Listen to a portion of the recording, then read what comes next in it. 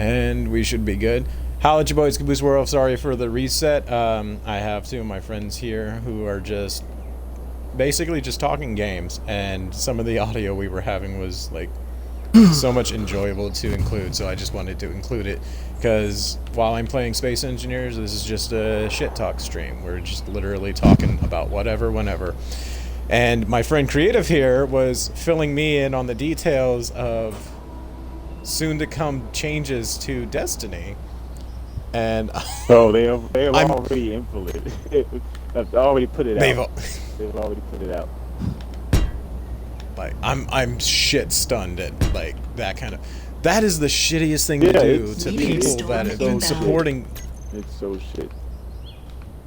So basically, for everyone that hasn't heard what I'm talking about, in Destiny, if a DLC comes out, if it's been out for a while, it becomes irrelevant, and Bungie deems it where they take it literally, will take paid content, DLCs that you bought for, if it has nothing to do with the new season, or like I said, they deem it irrelevant, they'll take it out, and that's bullshit. Ridiculous. It is. It's because you're. So like, I didn't even mention. Okay, so since they're doing this whole live stream deal with the whole everything's live before we move forward, we don't actually have a Destiny 2 campaign anymore. Wait, what? They took that away. Yeah, it's weird. Yeah. So you can, as a new player, you cannot play the Destiny launch campaign because it's a live game. We've moved on from that story. So they think that it's okay for the new players to play through what other and like I said, there's no campaign really.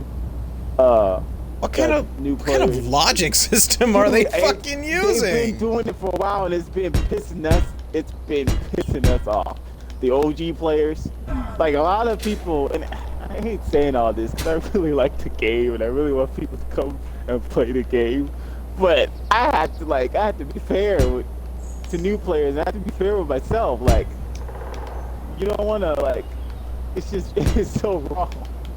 It's so wrong. No, because that is the most ridiculous thing I have ever heard involving a company. Because like, if you think about it, like really think about it, for those that can't still grasp it, because my brain still can't fucking grasp it. Yeah, no. That's like saying for Fortnite players, okay? They've been playing it for so long, they've got all the skins, they've got all the emotes and all the weapons and everything. That's like saying everything you have right now, yeah, we're just gonna take it away. Yeah, pretty much. Because we also have a thing, and like I said, we're kind of ruined it for new players because they're okay. So I've heard other people try to defend them with this. So they don't actually test their weapons like most normal games. So what they do is if they have an OP weapon now, they'll leave it and let the pro players abuse the shit out of it. Okay.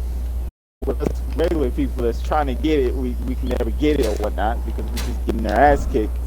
But what they'll do is for the next season, if they don't like the weapon or deem it, it's broken, they'll do a thing what they call sunset.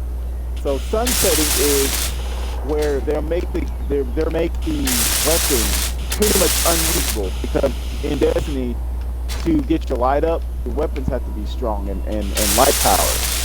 So if they sunset it, then you basically can't rank those weapons up anymore. So it's been a bunch of meta, they like to do what they do every season is if they have like a very popular weapon or a weapon that they want everybody to just use, we call it the meta weapon. So it's what's meta. So if it's hand cannons up to rockets or whatever. Last season, they had this, it's been out in the game for a while, but they have this grenade launcher that's shoots out these mines that pretty much stuns the boss. So while it's stunning the boss, you can use other weapons while that weapon's taking care of the boss. Well, it wasn't the meta anymore for the season, so they decided to pretty much nerf it to the ground. And they'll do that each season. So the rest of us, it doesn't. But that's the way they do things. And it's like here, enjoy this while it's for this, but afterwards you don't ever use it again. Yeah, pretty much. And then they'll bring it back as air quote new content. But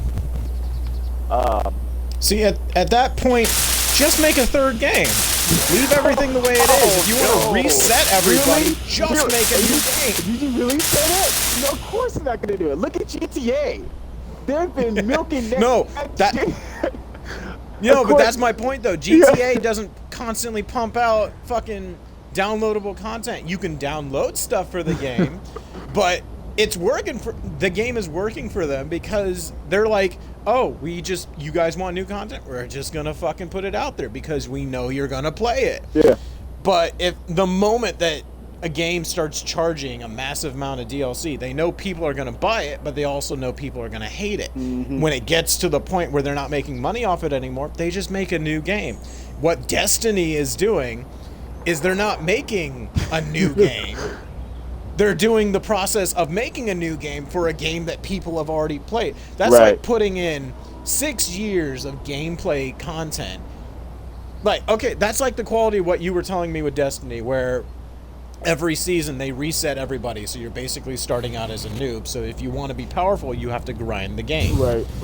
And I get that, because then that means everybody gets reset, and that's okay. But when you take away what people have put all their time and effort into away from them, like, at that point, I've had this argument several times. It's so like it's this stigma with players. And I know I'm saying Destiny, but I'm one of them. But it's just, well, that's the way it's been, and it's been, it's fine. They're like Call of Duty players, to be honest, because Call of Duty is the worst. It's been the same damn. Let's be honest. It's been the same damn game, just with highlighted features. That's about it. And each year, no, not a year. No, that's too slow. Each other month, because that's the way it seems. A new game comes out, the Call of Duty cop, right? Like, dude, it's better than the last game. No, bro, it's the same damn game, bro. But, so for real. It's like that with Destiny. Well, that's just the way it's been. It's a live event, so you need to just get used to it. But the zombies isn't look Call good. of Duty on like game 42 or something? I don't even know. And that's saying a lot. I used to be a COD fan. Okay. They'll drop a new game without a fucking trailer. They'll drop a new game on top of a new game. Okay, it wasn't too long ago that we got the last game that we had, and now we got this Cold War bullshit. And it's like, bro, can I finish the other game? Like, and it would make sense if now I can get behind the concept of making trying to please your whole entire fan base with different players of Call of Duty. So I could totally get behind the concept of let's make several games for the different classes of fans. But that's the thing. Call of Duty is dry as fuck. It's all the same fans. Okay? We're not talking about like how it is in GTA, where it's people that play it. You have your tryhards, and you have your car people, and then you have your people that like to role play. No, it's not like that on fucking Call of Duty. It's the same motherfucking trash talking, racist assholes. That is always There's been. a game. So There's a game that the quality of it remains the same, but there's a good reason for. I'm looking at it. Sea of Thieves. So, with Sea of Thieves, everything is cosmetic. There's no way to up your strength level. There's no way to get the highest powered weapon in the game. Like, everybody is the exact same. Your pirate ship is the exact same. Now, on the outside, that looks like a failed concept, because, like, why would anybody want to play a game if they can't make themselves the strongest pirate ship on the sea? Well, that's the point. if you're the strongest, nobody's gonna want to play, or nobody's gonna play with you. If you're the weakest, nobody's gonna want to play with all the other strong players. You can literally have 7 people, like you can get a whole team of people on one ship, and everyone's gonna look and see all these pirates on one ship, and you're gonna be like, oh no, I ain't fucking with that, and then they stay away. Or you could be the aggressor and be like, oh, you see that tiny ship? We're going to wreck it. At the same time, if you load in by yourself on a tiny-ass little fucking boat, you're not going to want to go up against the most powerful ship in the game, but you'll want to challenge all the other smaller ships and see if you can match their strength. Right. And I was curious about that, because when I started Sea of Thieves, I was so curious about it. I was like, well, hang on, so if I make this ship look like this, that doesn't change anything about the cannon strength or the armor strength of my ship, because it's going to be the exact same. A crew of like 3 people on a dinghy could take out a war-class ship if it's got 2 or 3 people on it who are inexperienced. A smaller ship may move faster in the water and be able to maneuver better, but a bigger ship's got more cannons. Like, it's... In my opinion, it is a perfectly balanced game. And I'm perfectly okay with that. Whereas you get games like GTA where any computer hacker can make themselves... They can make their weakest pistol the strongest fucking gun in the game. Or they can make their vehicle fly through a mountain. Right. GTA is fucking broken.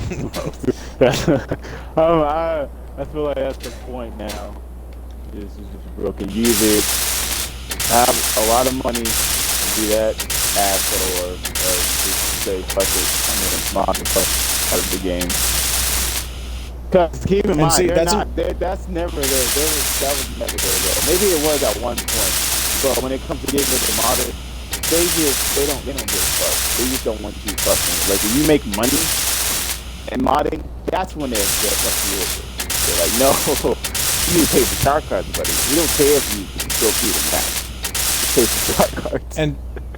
And see, that's why I enjoy games where the concept isn't to be the best. It's to do your best. It's another reason why I specifically... I'm going to fucking plug Space Engineers again, because I fucking love this game. It's another reason why I enjoy this game so much, is because depending on the story setup you can basically do creative mode, but for the most part you still have to collect all the resources yourself. You have to do everything yourself, and in the process of that you're building everything from the ground up. You can come into somebody's game and they can already have an entire fleet of ships at the ready with drone power and everything, ready to wipe out any motherfucker that crosses their path. But they didn't start with that whole thing. They literally turned a planet into an asteroid and mined the whole damn thing, starting out on that planet in order to collect all the resources. Like right now, I've got a tiny ass drilling platform, a tiny spaceship with no armor. I'm working on a drilling rig, and I've got a tiny little dune buggy that's solar powered. Right now, that's all I got. No. But if I play this game for another 20 hours, I can upgrade to a war-class vessel just by collecting all the resources for it, dig out half this planet, not in 20 hours, but I'm using it as an example. Right. I can flatten a mountain if I develop a vehicle that's capable of just drilling shit away. And so, like, you gotta have to take the game as it is. There are games that upgrade and get better over time, and games that basically they just leave it as is. Like this game, I'm sure when it started out, people were like, well, this is a shitty ass fucking game. I mean, I'm assembling this thing, but none of it's working, because you don't realize that you put part of the ship into the ground. So it's not going to take off, and if you do get to take off, you'll blow up half the ship because it's fixed to the ground. But then games like GTA, where you got the people that can basically, if you've got a computer, you are God in the game. Right. But then it all depends on like who's playing it and how they're playing it. A group of friends playing this game, or playing GTA, that are going to have fun because they're just fucking around and doing whatever they can to have fun. Right. And then you get like when the fucking, I think this was before like they did that whole hacker reset thing, where if you're in a DeLorean, you can make it move like it's a fucking rocket ship. Right. And it made it impossible to hit those things out of the sky. Or the fucking... The Oppressor is still my most hated vehicle in that fucking game. But, like, if you know how to operate it without hacks well enough and know how to dodge shit, that's another reason I enjoy fucking the planes in the game. Because I love being able to fucking fly those things. But I can't stand the Harriers because they hover and you can maneuver it in a certain way so that it doesn't fucking hit anything. And it's just, games are fucking crazy. You kind of have to take what you can when you can. Crazy. Yeah. But it's another reason why fucking video games are awesome, too. Because, oh, for fuck's sake. I say they're awesome as I am making so many mistakes right now. But yeah, like, you find a game you enjoy and you're going to talk about it, you're going to hype it up, but then somebody's going to come, whether it's the developer or another player, is going to come along and try to either ruin it or make it better. It depends on the company, really. I should say, you shouldn't kind of shit class all the bad talk in the game. Like, there are companies that are like, we want this game to be good because we know how much our fans enjoy it. Right. For instance, Dead Space, the company that made Dead Space didn't make enough money with the third game, so they weren't able to do it anymore, and eventually the company shut down. A new company picked it up, Motive Studios, and are now remaking the first game with everything the fans always wanted. And I fucking love it. And I'm like, if you guys can stick with that just a little bit longer, I need my fourth game. I'm like a drug addict when it comes to Dead Space. I need my fix. Give me my fix. Right.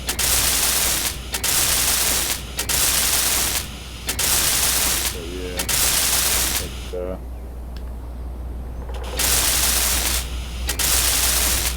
yeah, this game has this like I said, it has this good moment. Like, for instance, I'm still playing it, but mainly because one of the I'm not even put myself over there.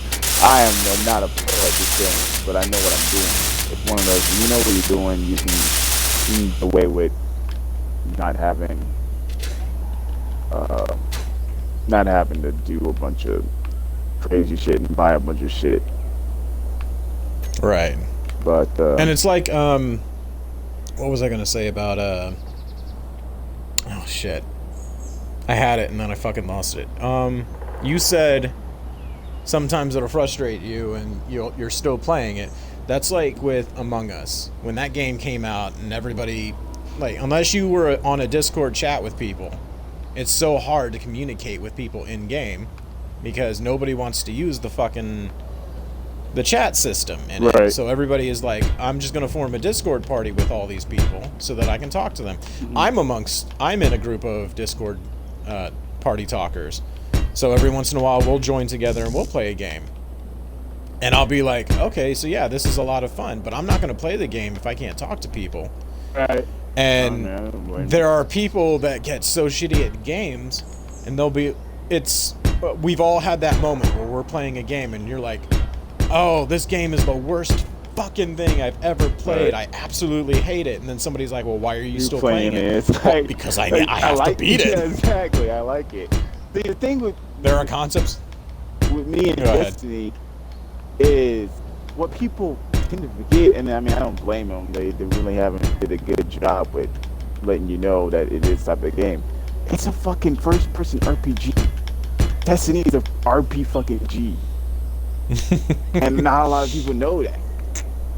I fucking love it for it, but it's literally the only, like, I'm pretty sure as far as PC world, I'm pretty sure there's several different versions of RPGs out there. It's probably like tons of first-person RPGs. But when it comes to console, I think Destiny, I could be wrong, but I think Destiny is probably either the only one, or I'm talking about at least probably 5 others out there maybe. I've never heard of any other game besides Destiny being an RPG. So maybe because isn't Fallout, isn't that an RPG? Yeah. Fallout. Yeah. Okay. Have you played the Oblivion games, Elder Scroll games? Yeah, yeah. Yeah, I know Same that. concept, just post-apocalyptic future. Okay. Because isn't it Fallout's first person, right? First and third. Yeah, it's first and third. You can switch between the two. Okay, so then they don't. Yeah, okay, then it's not like it's Destiny's probably the only one then, because it's the only way you play third person is if you pull out a sword. So it's just one feature. It's not like it's a thing that you can switch back and forth. There are games that I'm sure there are first-person RPGs, but I think it's just a matter of like how you see the game. Because again, when I first started playing video games, I was open to everything until I found what I enjoyed the most, which was third-person games. But then after a while, you kind of have to ask yourself, what do I favor above all? Right. And then you kind of stick with that. And there's nothing wrong with that. You're allowed to pick your favorites and stick with your favorites. Mm-hmm. Like, nobody's going to tell you can't play this game because it doesn't fit into your queue. Yeah. You're allowed to play it. You're allowed to enjoy it. And over time, sometimes you'll change it. Yeah. Like, for instance, Gears of War, Mass Effect, Dead Space. They're all third-person type games. Mm-hmm. I love them. I've always loved them. Those are like my 3 go-tos that I absolutely will always play in those conditions, because I love not just the story, not just the gameplay, but like how the game was developed. That's just how I am. Now, games like what's another one? Like Fallout, I've played. Borderlands, I've played. Space Engineers I played, they all have first-person concepts. I'm not going to isolate myself to third-person games and be like, and miss out on all these games that I'm going to have fun with. Right. Like, I'm enjoying these games. Why would I stop now? Exactly. So, like, you take what you can as you can. You can't get mad at what you're playing if you can't, sit down and actually enjoy it. So,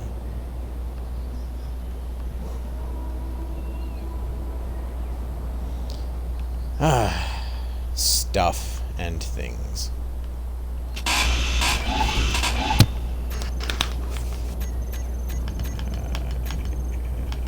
Need a piston. But yeah, it all depends on what you love. Exactly. And sometimes you're not going to enjoy every game. That's perfectly alright.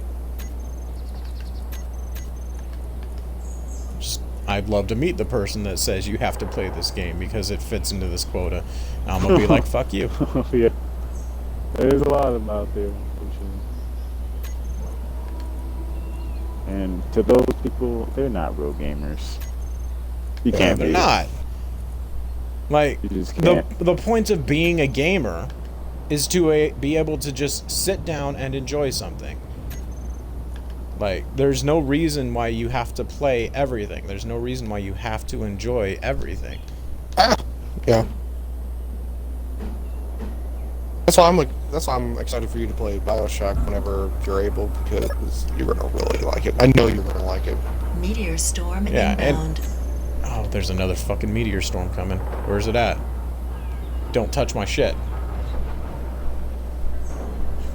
Every time the computer says there's a meteor storm inbound, I stop everything I'm doing and I start scanning the sky. Oh, there it is.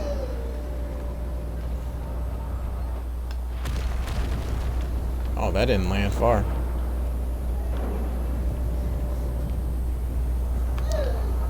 But yeah, video games are supposed to be fun. They're supposed to be relaxing and enjoyable. Shit, that was right next to my ear.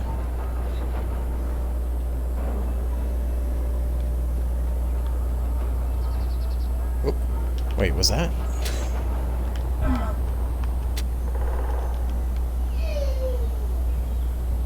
Yep. I struck gold.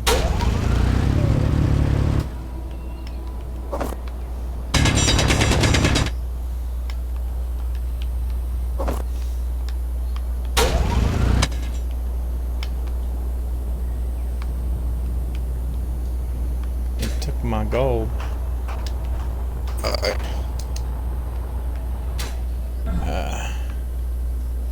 Yeah, so after I finish this drill rig, I'm probably gonna hop off Space Engineers and jump on something else for a little bit longer.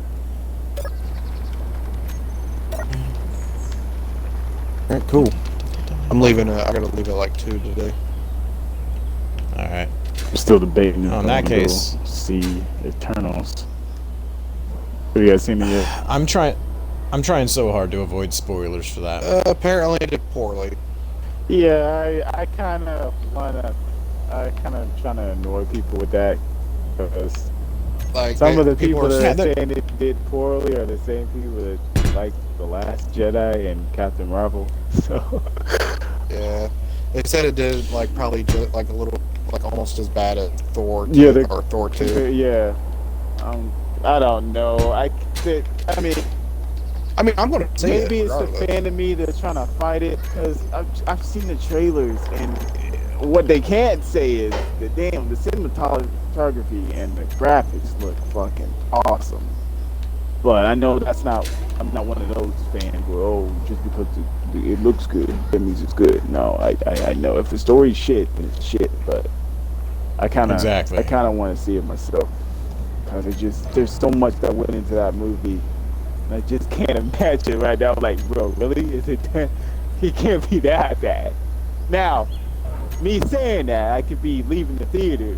Oh my god, that was good. But I gotta at least experience myself. There's just too many characters. Oh no. I gotta see it myself.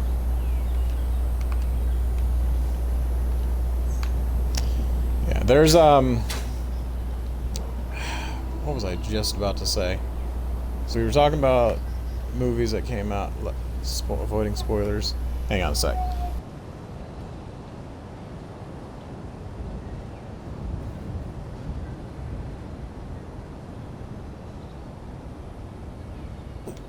Give me a sec, I gotta help my kid out with something. Alright.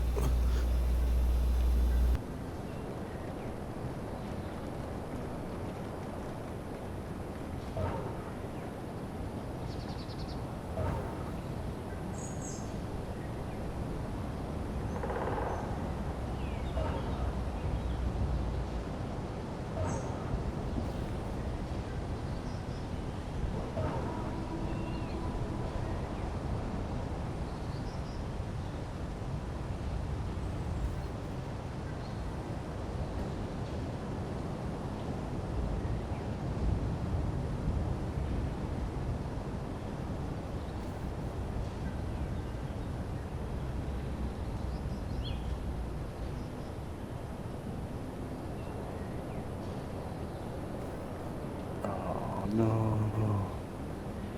Gotta start all over.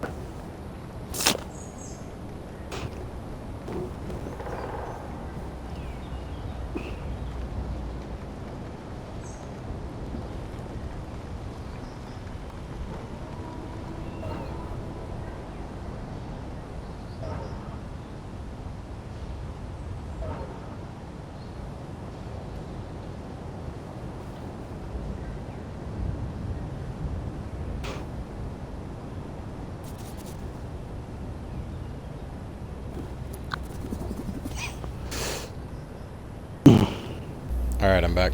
Alright. Finally. But yeah, we were talking about new movies. I'm trying to remember what the fuck I was gonna say. Because this is gonna weigh on my head. Like, I don't see movies in theaters simply because of safety reasons, COVID reasons, all that. You know, playing it safe than sorry. And like with all the new movies coming out, like when it comes to Marvel, like there's always going to be people that shit talk it. So you kind of have to take what Marvel does with a grain of salt, because you know somebody's just gonna hop on the fucking bandwagon and be like, this is the most disgusting thing I've ever seen. Fuck those guys. Yeah. I haven't even seen Shang-Chi yet. Oh man. Yeah, that's It's pretty good. mainly, for my experience, mainly being the theater, like, bro, the Mandarins are badass, bro. That's all bruh. I want those 10 rings, bruh. Like, that shit was fucking dope. That was just fucking awesome.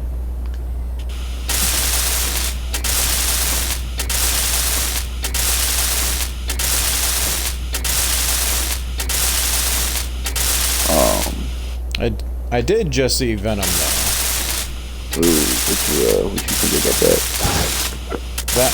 That movie got me excited. Okay. I've never hated Venom.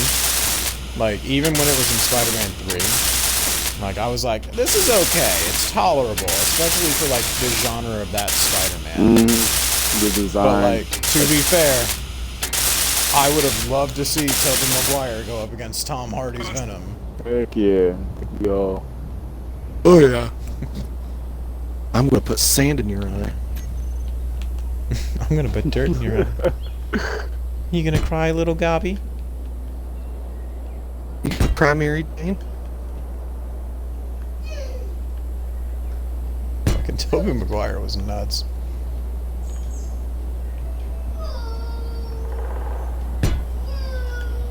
I guess I'm gonna use my super.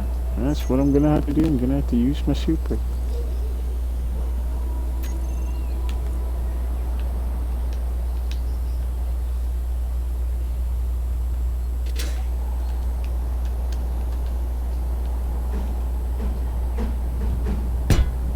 Did you guys see the video where everybody was freaking out because they thought Andrew Garfield leaked footage of Yeah. him in the new one? Yeah, I saw it. And then there's a studio on YouTube that goes over cinematic effects and everything. Yeah. And they went over that and they're like, this is a deep fake. It's a very good deep fake. And I was like, well, damn, because I was super excited about that.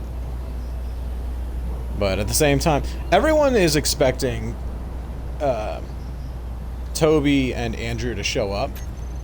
And I'm not saying I don't want them to show up, but I'm not going to lose my shit if they're not in it. See, that's the thing, though. This movie's go as a hardcore Spider-Man fan. This movie will probably make or break fans. Like you said, It's too hot. if you're a Spider-Man fan, you're gonna love it. Like you're gonna be like, you're not gonna, go too crazy. But the whole idea, the sweet sauce behind that we get to see the kids that grew up in the early 2000s get to see Tobey Maguire, and not just Tobey Maguire, Andrew Garfield, and Tom Holland together. Okay, the memes, bro, the memes. Because I'm gonna tell you right now, bro, I'm waiting for that talk where they're talking about reloading, where Andrew Garfield and Tom Holland are talking about reloading their spider web, and Tobey Maguire's like, what? You guys have web fluid? What? And they tell me, wait, that stuff's coming out of you? I know Tom Holland, because he already had that conversation, like that reaction that he had with what is her name? The bug lady. Mantis. Her name. Mantis. He freaked the fuck out. Okay. So he kind of freaked the fuck out when he realized there's a Spider-Man that actually can shoot. But like it's the joke with the Falcon all over again. When he's like, wait, is that stuff coming out of you? Like, it's gonna be awesome. Like it's like, If who are these kids? I'm not going to be disappointed if it doesn't happen, but it will be a dream fulfilled if it does. If Falcon shows up in that movie for any reason, and Andrew Garfield shows it off, and he's like, that stuff's coming out of you. You're like, exactly. Like it's just, bro. It's the level for me. Like I said, I'm still going to see it, but I'm still waiting for the story. It all comes to how the story, because they all let's not get stupid. They all could be in this movie, and the story could be fucking terrible. I wouldn't. As a fan, I would not want that. I would not want my favorite Spider-Man, Tobey Maguire, to come in this movie and it be fucking complete other shit. Okay, we already had 2 bad Spider-Man movies, okay? So we don't need a third. But at the same time, this hyping up, and sorry if I'm being loud, but this because it's just excitement. You're actually being a little quieter. Oh, really? But just the hype, the memes, bro, that we spent over years, the hypeness, the who's the better Spider-Man, I don't care who's the better Spider-Man, I just want to see all of them together. Like, that's me, I just want to see all of them together. I just want to see that shit.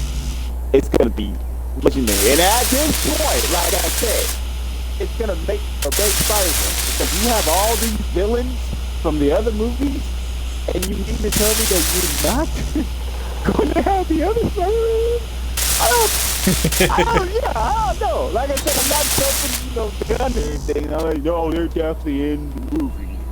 But that's because they just might not be. I mean, this is not the first time that Marvel has gave us a left hook and like, hey, remember what we said that was gonna be? Well, it's not. It's not the first time they did this. But this is the biggest thing. It is a huge deal if they decide to fake out and be like, yeah, they're not that. Because there's this theory, and it started because Tom Holland's wearing, I don't know if you guys know this, and it's been confirmed, Tom Holland's wearing the same exact suit that Tobey Maguire wore in number 3. So it started this fan theory that since this spell that Doctor Strange cast isn't really pulling the other Spider-Man, it's pulling the villains, but because of the spell, they see their own Spider-Man through Tom Holland. They'll look at Tom Holland and see Andrew and Tobey instead. Yeah, that's why, and it kind of leads up for the trailer, adds up to the trailer, because we all know, like, logical thinking, we all know that Dr. Octopus doesn't know who Tom Holland's Spider-Man is, but he knows who his Spider-Man is, so it kind of was weirded out when he was like, hey, Peter, because we know, like, whoa, you don't know who that is. You don't know. I've never met you before. How do you know who I am? Exactly. So, and that's a cool little concept. But as a Spider-Man fan, don't do that. please don't do that. Because, like I said, that'll make or break. The rest of us will still watch it and enjoy it, but I don't know. I hope not. What I'm not expecting it, but what my running theory for. Or no, not one of my running theories. Something I want to see in the sense of how the villains get pulled. Because we've seen, specifically, Doc Ock, Green Goblin, and Sandman. We've seen their end of the story in Tobey's story. Mm-hmm. So if they're coming back in this movie, I would love to see the moment they get pulled into the universe. In the sense where I would love to see... You saw Venom, right? Specific... You said you saw Venom. Yes. Okay, so hang on. Spoiler alert for anyone that joins this stream late. We are going to talk about Venom. Jurassic, have you seen Venom? No the spoilers. Okay, good. So you've had it spoiled for you? Oh, yeah. Okay, so yeah, anybody that joins this stream now, be aware this is going to have spoilers for Venom. But I've dropped my warning to the one person who apparently is watching me right now. If you haven't seen it, I'm sorry. Why do I hear Eminem?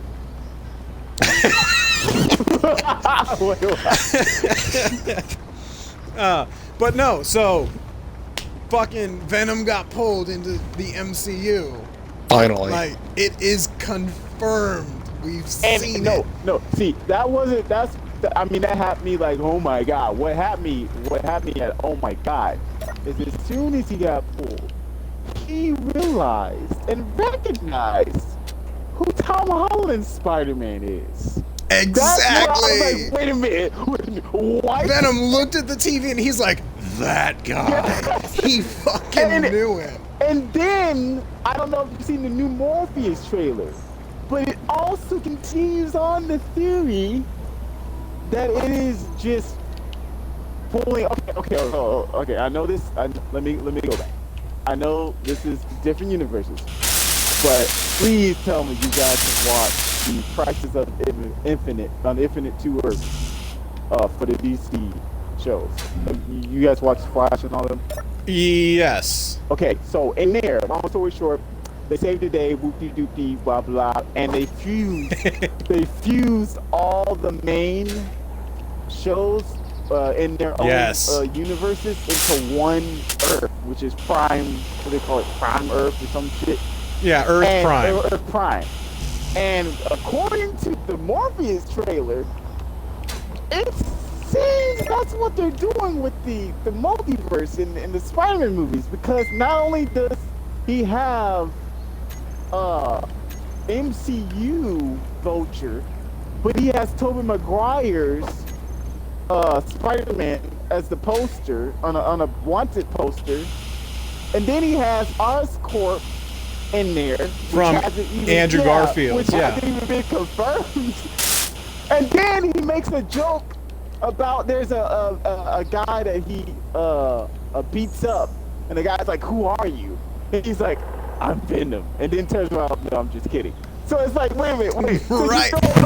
Wait, what is going on here? Right. And me well, being a go ahead. No, okay. So my running theory for all that is very similar to what you just said about like with the DC, how they basically combined all the universes together. Is that's pretty much what it's going to be, is an actual like merging of universes, which would also be amazing to see how the story will develop. Like, people are just going to be like, oh no, mutants have been around since forever, when us watching it have been like, no, they fucking haven't. Bullshit. No. And then in addition to that, there's going to be what was I going to say about the fucking... So another reason why I think that Tobey Maguire's Spider-Man has murderer written across it is because it's my belief that in Tom Holland's new movie, there's going to be a moment where Spider-Man is going to be claimed to be a murderer, but everyone's going to see Tobey's Spider-Man as the murderer. So I feel like what if Tobey comes in and I'm not saying that this is going to be the case, but what if Tobey comes in and we find out that his universe, because we never got like an actual proper ending for it with Spider-Man 4 or anything, we find out that his universe got fucking dark, like fast, and he became like the multiversal Spider-Man villain. That would be and cool. So the whole movie, we're watching it and we're like, oh, it's just the Sinister Six, so we're all good here. And then at the end, they're just like, no, Tobey was the fucking villain. And so the whole MCU now sees Tobey's Spider-Man as a murderer / villain. Here's the thing. See, that kind of sparks my interest, because here's the thing. They confirmed 5 villains. We already know that because Sony's been shoehorned. They've been trying to do the Sinister Six for the longest goddamn time, and they're still trying to do it. We're finally getting it. But he's been confirmed to do he's going to be doing his own thing. So he's not going to be in this movie. Vulture is not in this movie. And they haven't done anything with Scorpion. He's not going to be in this movie either, from what I'm hearing. And for the most part, I don't think he's dead. But for right now, Mysterio is dead. Okay? We still got another villain. We have the 5 confirmed. But we still don't have the 6. So I'm hoping it's Kingpin. That would be interesting too, because we all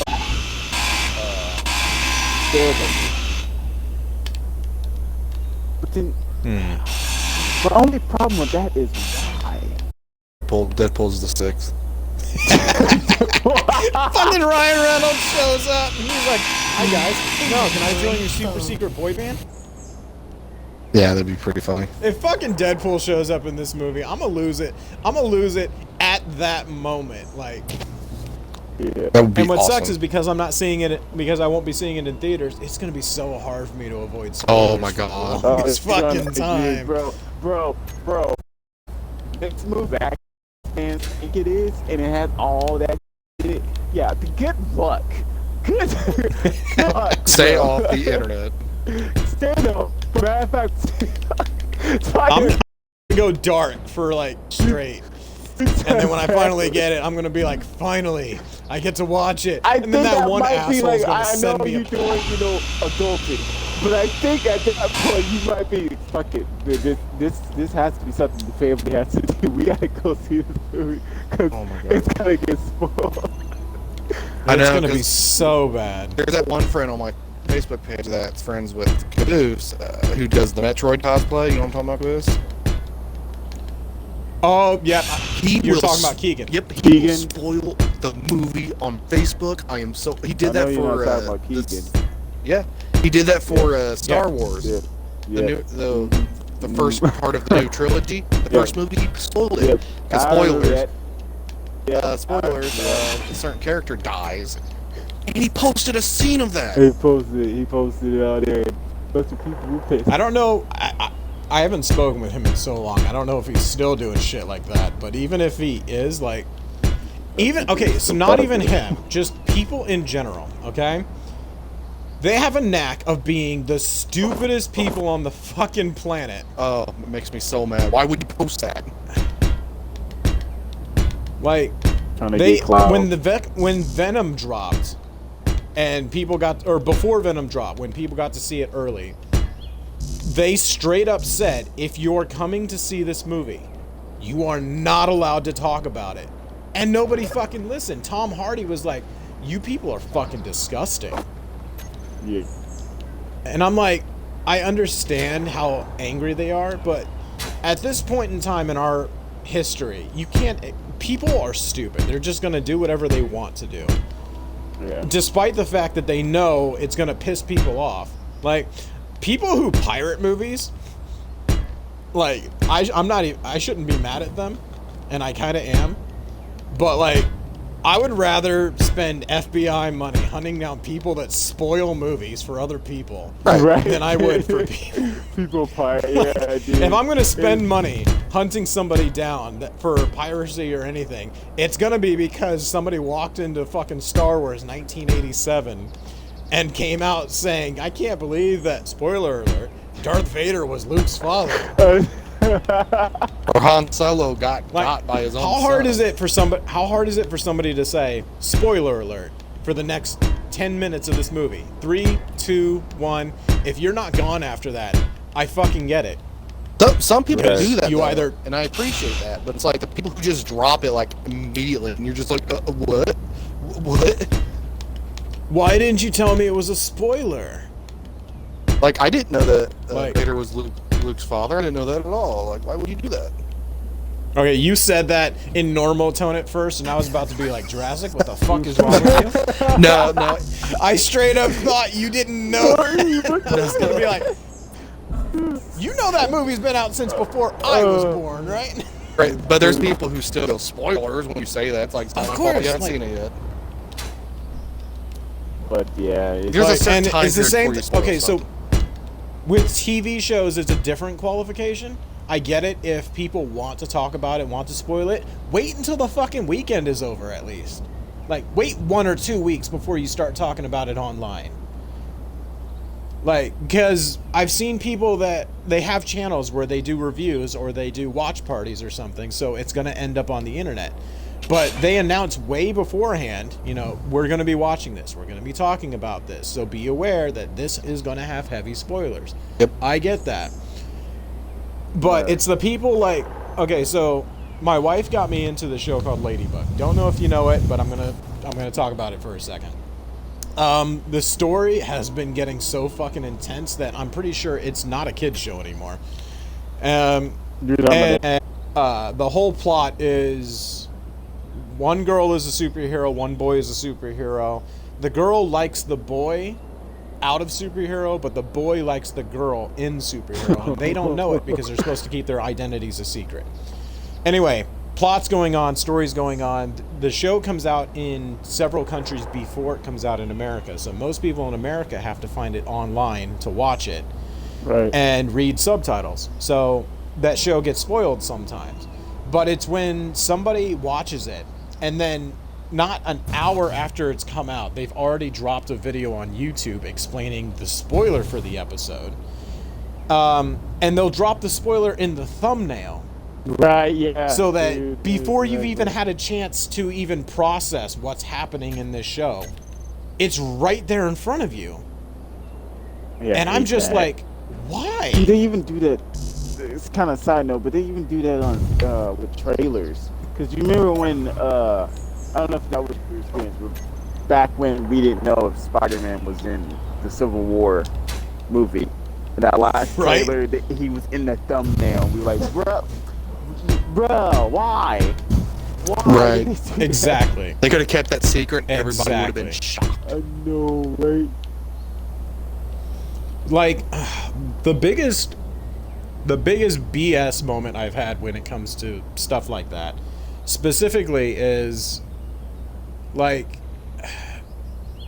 my feeling on trailers and spoilers and all that. Obviously, the spoilers should never happen.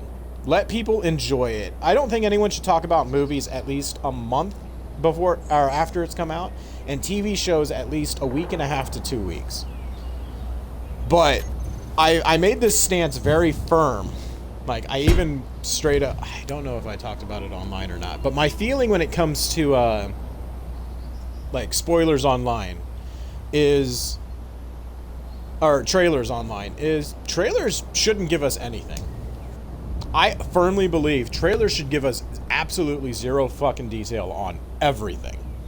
We shouldn't know, like, what the plot of the story is. We shouldn't even know who the villain is. We shouldn't know fucking where they go in the world. But trailers nowadays, they drop so much information that 2 trailers is all you need to discover the whole plot of the movie. Yeah. And at that point, you start putting pieces of things that weren't in the trailer together all by yourself. And that's just so stupid to me. I firmly believed before they dropped this No Way Home trailer that we should not have gotten a trailer for that movie. I would have died a happy man going to see it in theaters without knowing a single fucking detail about that movie. Finding out Dr. Octavius is in it. Like, we know the actors that are in it. I think that's but we don't even know what it's in. We're going through the third. Nothing, haven't seen, haven't heard nothing on these motherfuckers. So I probably died. Okay, this is the guy. Like, if it. Go ahead. I get for like marketing teams, they have to be like, we have to find a way to promote this movie so people will want to go see it. I get that. But like, if you're gonna, I think they should take more risks. Movies back in the 70s, 80s, 90s when they came out, they dropped like 3 things: the actors that are in the movie and the characters that are playing, the amount of explosions that are in the movie, and epic trailer guy going over it, giving us zero detail, basically saying, like, for instance, this man is just an ordinary man, but now he's a hero who has to save the world. Jean-Claude Van Damme, Britney Spears, the Taken. And I'm like, that's all I fucking need to know. I don't know what the plot of the movie is.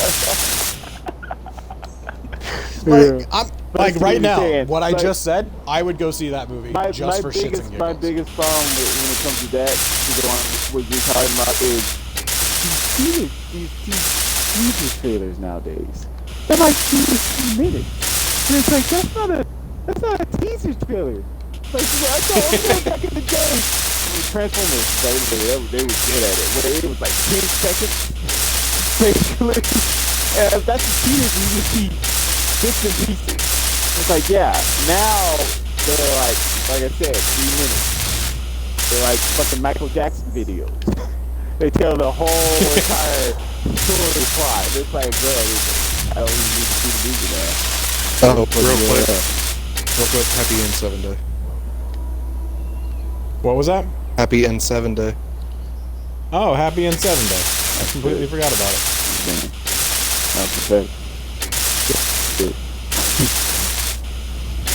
Back in. But yeah, with everything going on with what trailers drop and what information gets dropped, not just with trailers but everything else, like, there's zero fucking point in it. Like, if you're gonna drop half the closest thing we got was with Avengers Endgame.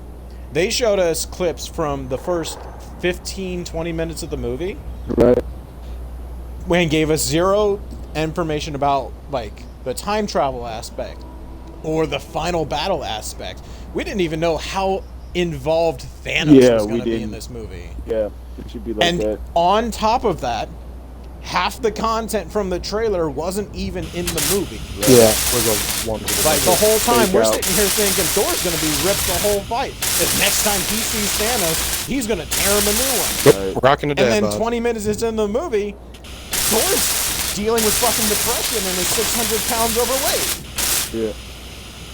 Like, that's what I need when it comes to a trailer for a movie. I need zero information, and just tell me who's in it and what they might be doing in it. Are they going to be saving the world? Yes, that's all I need to know. Are they going to be dating this one girl? Yes, that's all I need to know. Right. Is it going to be rated R, PG-13? Yes, that's all I need to know. I agree.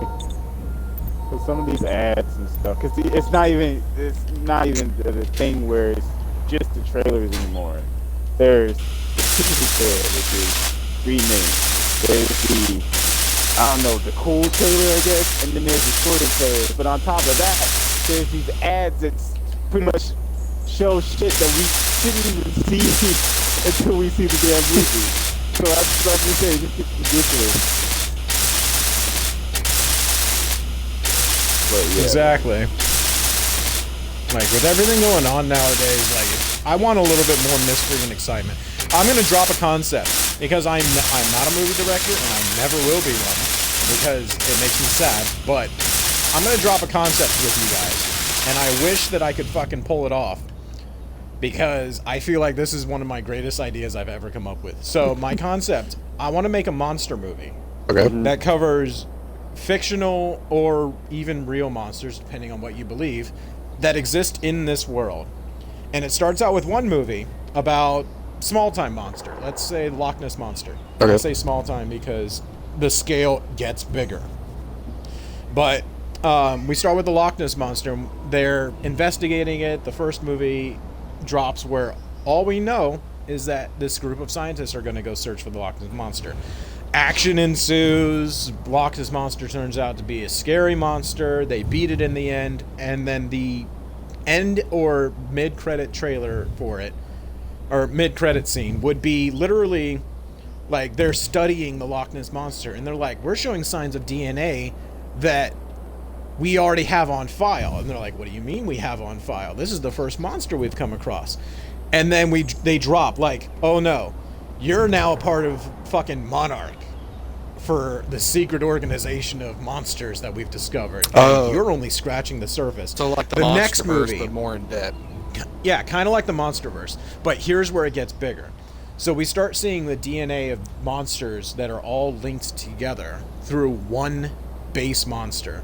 And it goes on for another 2-3 movies. So this is the whole concept. Is 2 or 3 more movies. We get a couple more monsters, and the scale only gets bigger. The second to final movie, we find out that there is a monster so massive that you would have to believe it doesn't exist.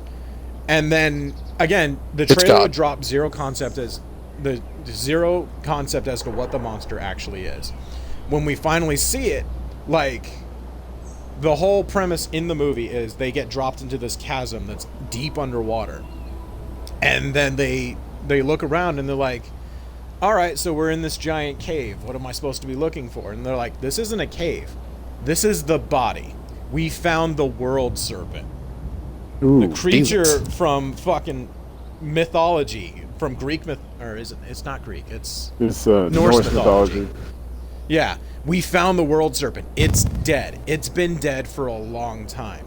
And they're like, this is amazing. There's no way it's supposed to be this big. Who killed it? And then they've been studying it for years, scaling it, and they found that as it was an exaggeration that it wrapped around the world, but it's still a massive creature that's been buried on the sea floor for so long that people thought it was part of the sea floor.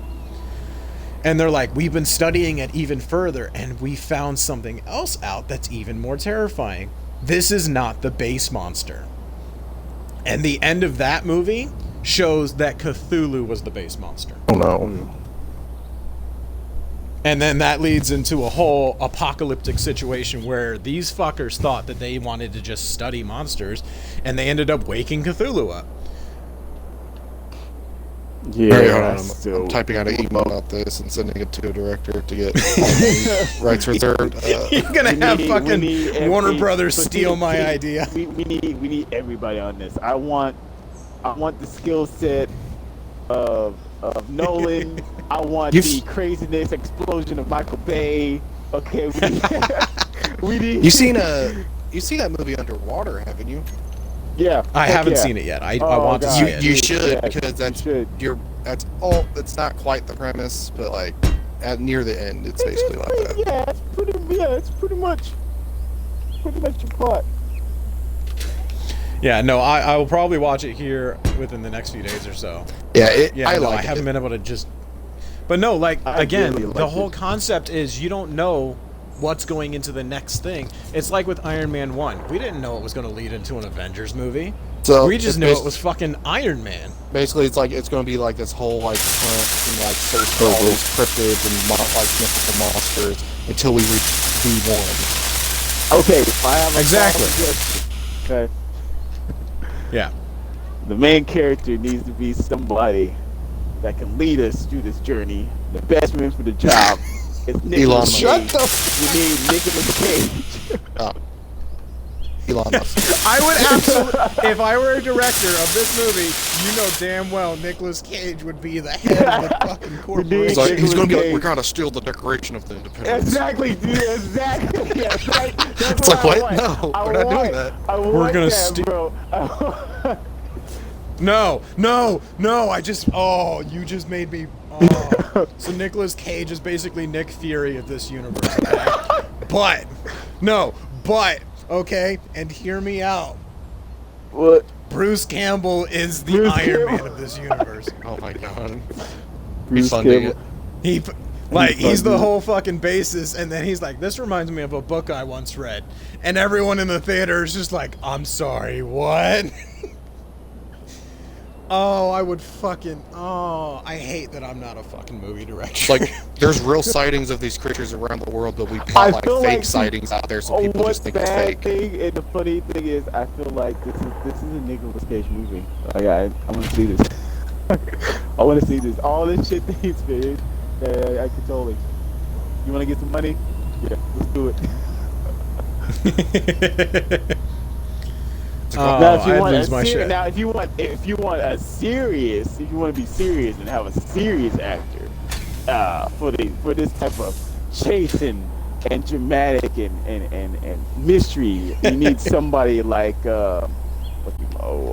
Chris Pratt.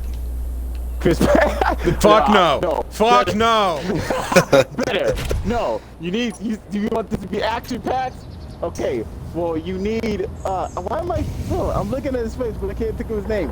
Fucking Mr. Impossible. Fucking Mr. Impossible. Mission Impossible. Mission Impossible. Fucking Tom Cruise. Tom Cruise. You need Tom Cruise because I want to see Tom Cruise running away from Cthulhu. Okay, I want to see that. Oh no.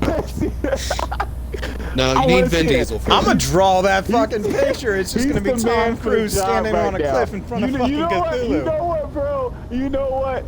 I will go out of my time because you know I draw, man. I will draw. Tom Cruise. I know you draw. He needs to be driven by Vin Diesel. Shut the Being chased by Cthulhu. He's operating the fucking ship that wakes up Cthulhu. You know what? And put Kevin Hart in there, and he's screaming Just for whole the hell time, of it. just for the hell of it. Comedic relief. Kevin Hart. Dude, you know the fucked up part? The fucked up. You got a dope story, and then you put those actors in it. That's good. That's guaranteed money, bro. That's Right. guaranteed people to see it. People are gonna go see it. Just Oh yeah. Vin Diesel's like, we're not just scientists, we're family. We're family. Yeah, I'm a jacked scientist. Whoa. Oh, fuck. It's just him in a fucking lab coat. And if you have Kevin Hart, you gotta have The Rock because, you know, obviously. That's Put everybody the in. whole premise of the. No, I mean, okay, so you know what I'm seeing now is my movie is all serious. It's got serious actors and everything, but then there's the spoof of this movie, and it's got everyone we just named, and it's the exact same concept with the exact same plot, just with these actors being themselves. It could be a serious movie, but you gotta have that one, like, comedic relief, like, nut job, and I know who it should be. Jack Black. Jack Black. All right. Jack Black. fucking Jack Black. Black. Like, he's the guy who's like, Jack Black. he was like just coming along for the ride. He's like, oh, I've been trying to search for this specific creature, and like, oh, I knew it. I knew they were all real. fucking knew it. No, that would be the running joke, bro.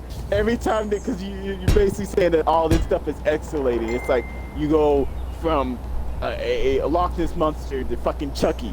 Like, just crazy shit. And Oh my have God. Jack Black's character, every time something stupid happens. It's Cthulhu now, out of nowhere.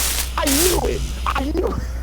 Like, the whole time. Absolutely. I knew it. I knew it. Yeah, no, he's I like, man, knew I'm it." telling you, this shit is fucking Cthulhu level bullshit. And then at the very end, when everyone is standing there watching Cthulhu rise from the depths of hell, everyone's knew- completely silent, staring completely in awe. And then 5 seconds later, you just hear Jack Black. I fucking knew it! Cuts to black. Next movie, Jack Black is the only one that's still alive. I really want to see that movie. That would be awesome. I want to see this in the And see- apocalyptic but version where Cthulhu just roams the earth. have Cthulhu, and you know what? Let's put the icing on the cake. Have Cthulhu be voiced. Yes, he talks in this movie. Be voiced. Of course. What's the? And the movies just get out of wild where in like the next movie that you have to get Cthulhu's brother to stop him. who would Cthulhu's brother be? Cathanid. He looks exactly he looked exactly like Cthulhu, and I'm not making this up. This is actually true. He looks exactly like Cthulhu, but golden. Bullshit. No, Wait, this what? is exactly true. Now, see, I know a lot of this, but I did not know that. Yeah, he has a No, brother. that's I knew it. He's not nothing like Cthulhu. He chills on his own on a different planet and just meditates. And he like put all those dark gods to sleep because he knew how his brother and them were. And he just chills. That's bullshit. This No, is I'm gonna be actually looking a this thing. shit up later. This is actually. I'm gonna be a looking thing. this shit up later. KTHANI. Actually, you know what? I do believe you because I remember seeing, like, I was looking up the story of Cthulhu, everything when I first came up with this concept, and I think it said like he's a member of the old gods or something. Yeah. So, but Elder he's god. like the outcast of the old Yeah, gods. that I knew. Yeah, He's another twin brother. So yeah, no, I absolutely do turns believe into you like on that. like all these space like deep elder gods and all these monstrosities.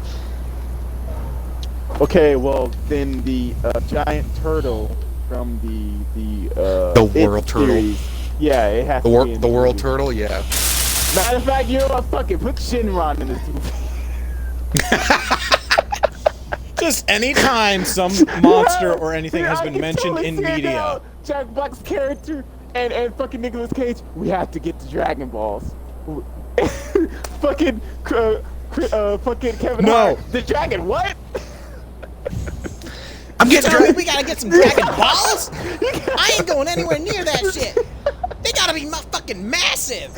No, even better is when Nicolas Cage says that, he pulls the 1 star out. Jack Black looks at him and he fucking loses his mind. Why are you touching that? His head just explodes from the euphoria of what he's experiencing. Oh, I'm upset. Then you hear somebody go, I hear you're pretty strong. And it's Goku. I hear you're pretty They tough, use the Cthulhu. Dragon Balls just to truly to summon Goku. And he's like, so, I hear you're pretty strong. Cthulhu, elder god of madness.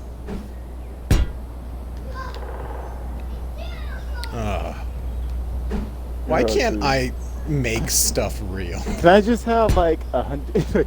I need like 100,000, 100 million, and we're making all these movies. That'd be hilarious, though. Oh, yeah. I'd fucking do it. I'd do that shit.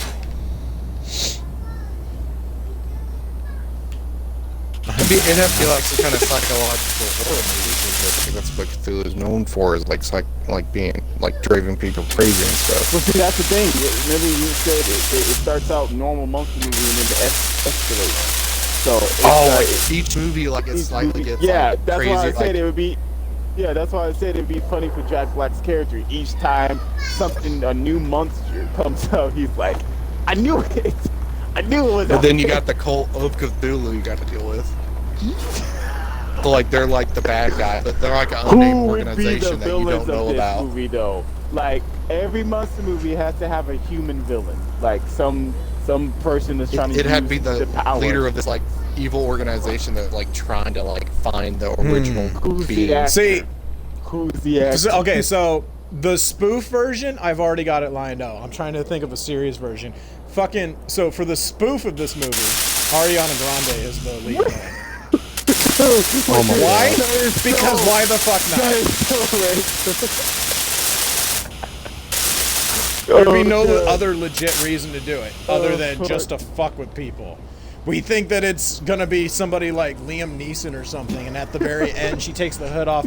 And not even normal Ariana Grande. I'm talking from victorious Cat. Ariana Grande. Oh my God. Yeah. No. Where she's just like, you guys want some Kool-Aid?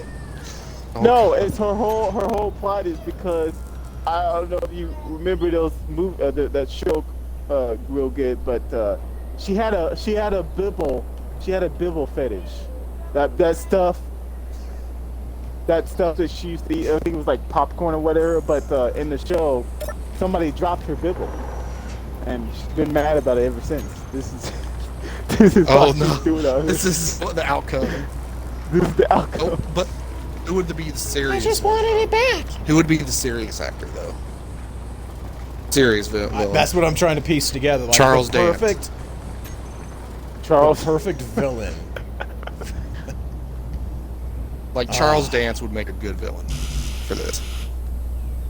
Like he runs the secret or evil organization that's like trying to find the one being before the other organizations that's trying to stop it.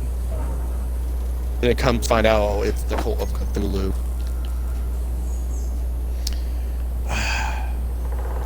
Actually, you know who I think would be the perfect voice for Cthulhu? Patrick Stewart. He's got Really? like the perfect old-timey voice. Like that would fit really well with that. I just feel like that would be the better choice. Yeah, I don't know. Maybe Cthulhu should. I feel like Cthulhu wouldn't have a voice. He would just like be a presence, and he'd have like a speaker for him. Yeah, Patrick Stewart would be that. Okay. Like a person would stand there and like speak for him through Cthulhu. Or I could see that. yeah. If Cthulhu spoke, it would like drive all men crazy.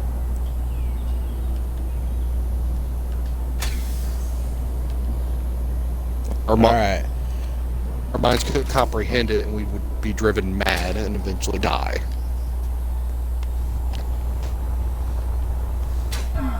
It's crazy, man. It's fucking crazy. And it's funny because I actually, when I was coming up with this movie, I also indistinctively came up with a good idea for a Batman movie. The two completely unrelated, and at one point I'm just like, yeah, I would do that. But yeah, when I came up with the idea for my Batman movie, it was the Batman movie to save the DCEU. And I'm upset because, like, I actually feel like I could pull it off. Like, my whole concept for the Batman movie, like, the strict concept around it, would be, the whole movie would be dedicated to one singular detail. Fix what is already broken. And specifically, what I'd be referring to is the issue with the Joker. Yeah. Where the reason why Harley sees Jared Leto's Joker is the Joker isn't because he is the Joker, but because her Joker drove her mad and then broke away from her. And so she was replacing him with another guy to be the Joker. Wait, and what? so she was seeing what I that. miss? And the... I'm back. What did I didn't even know you stepped away, man. I'm over here fucking pouring my heart out.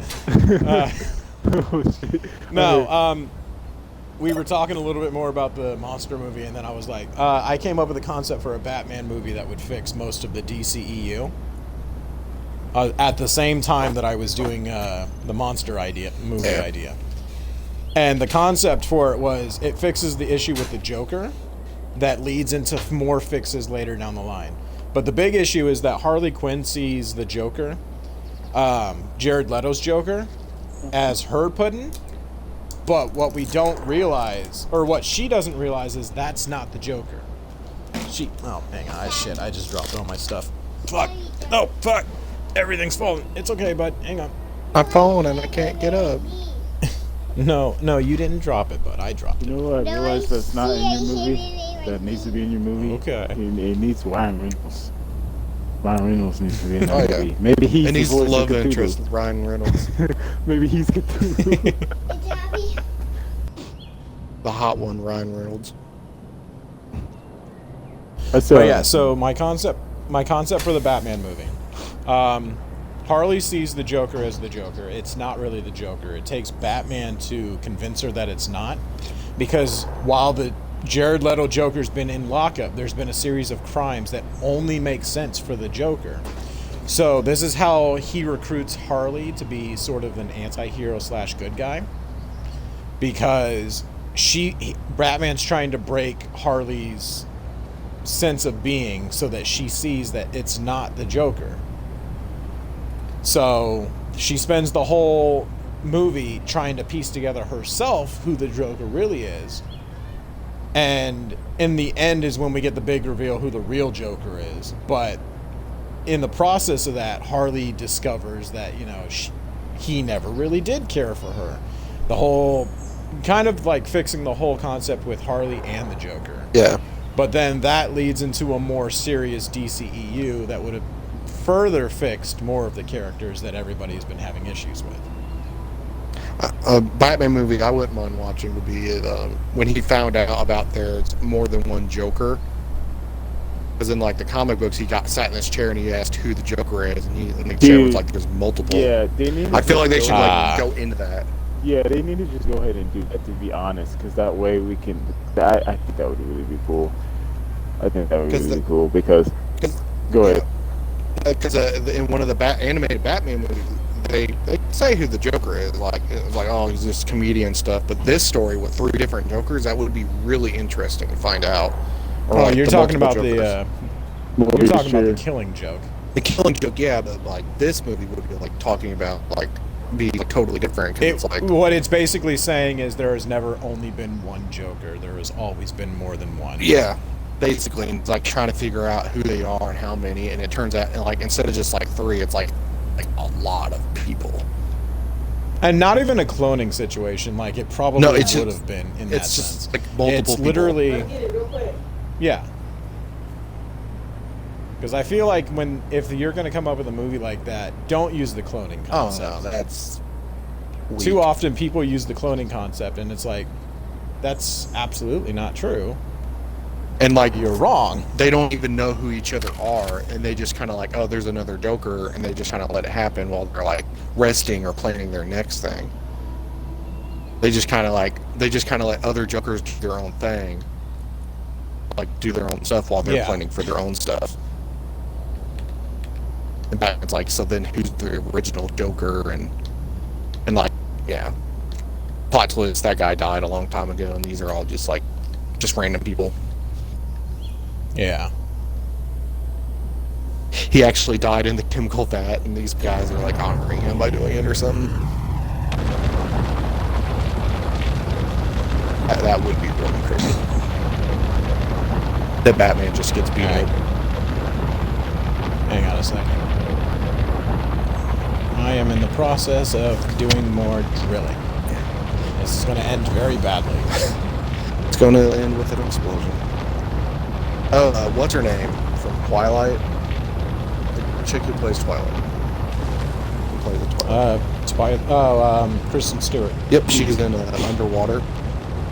She's been Yeah, no, I knew that. She was fucking great in that movie. Oh yeah. And also fucking hot in that movie. Hang on a second.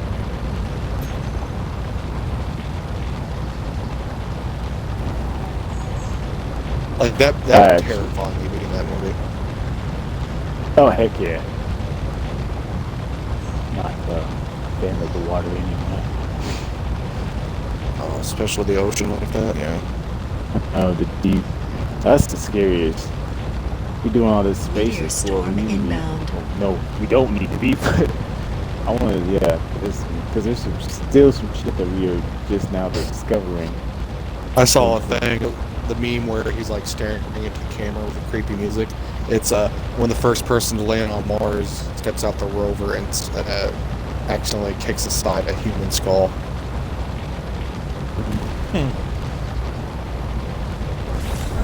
That would be terrifying.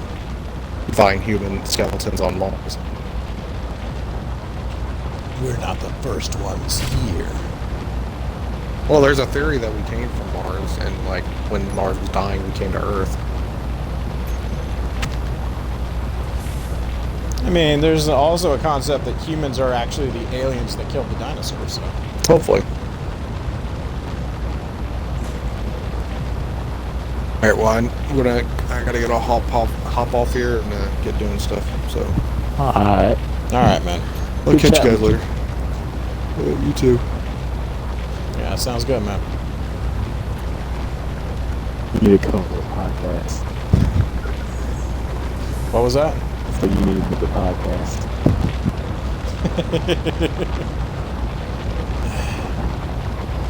I just need movies to come out of my head and be real. I don't even care if somebody steals the idea. Like, if somebody wants to, that's fine, as long as it's good.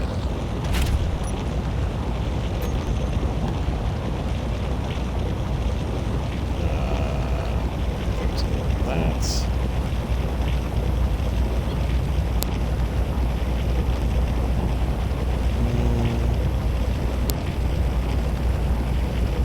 Let's reverse that.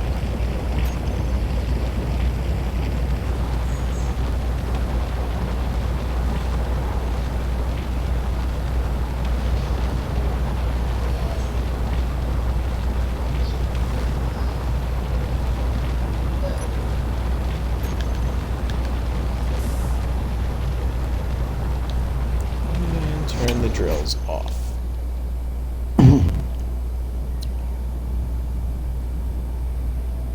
I think I broke something.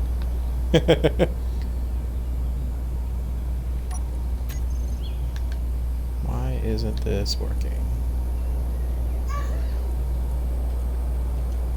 Oh, wait a minute, maybe.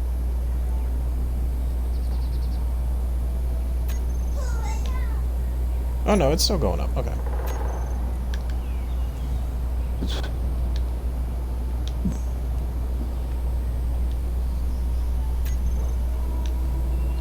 So I built my little drilling rig, and it does look ugly as fuck, but it works.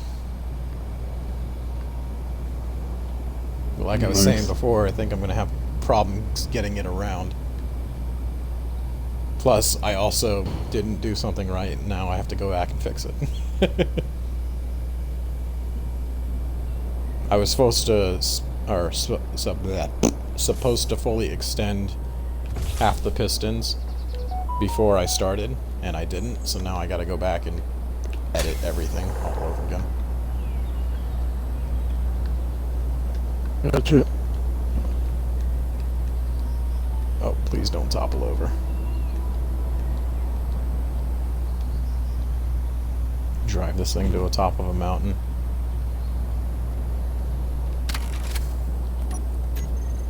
Da, da, da. Shit,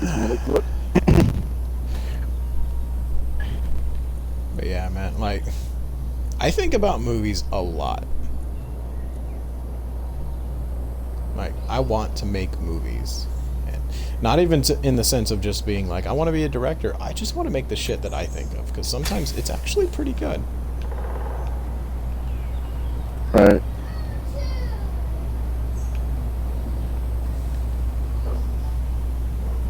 But that fucking Venom end credit scene, dude. That had me, like, I knew something big was gonna happen. I just wasn't expecting it to be that big.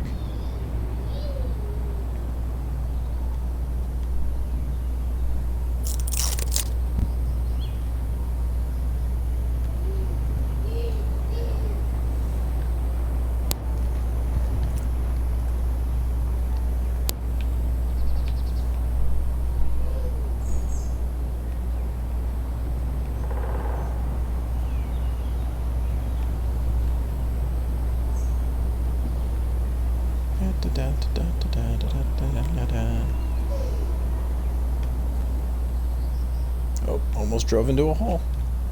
Let's not do that.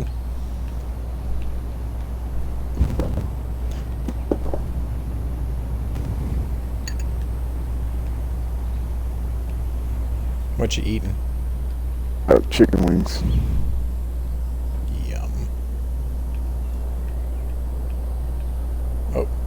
Oh no, something was grinding.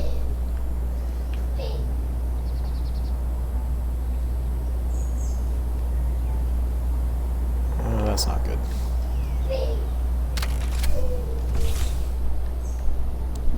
Okay. What am I gonna do? What am I gonna do? Think.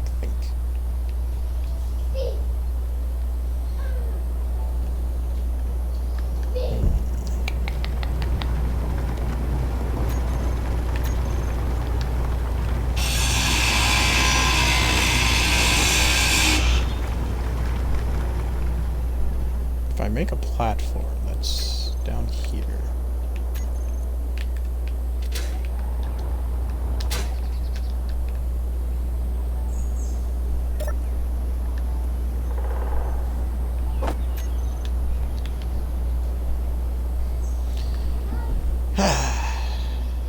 Movies are nice.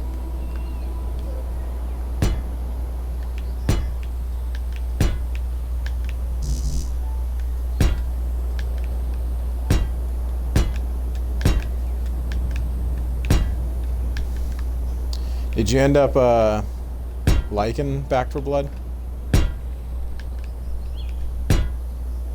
I tried it. So I see what you were talking about. So it's not for me. Which is completely fine. Again, it's right back to you don't have to like everything. You do have to like everything kind of concept. But Right. yeah, no, Back for Blood is... I don't know if it was trying too hard to be Left 4 Dead. Yeah. Or not, but like... Even if it wasn't, like, it wasn't a bad game. Just... It wasn't that game. Right.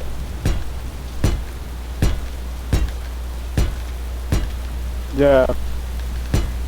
Another thing for me is I know every game doesn't have to do what the others have done, but I'm kind of used to being able to at least have some form of character customization.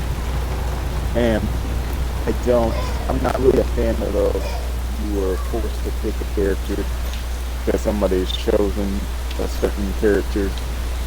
So that's the one, and I know that's not a huge thing, but that's like one of my things that killing game for me.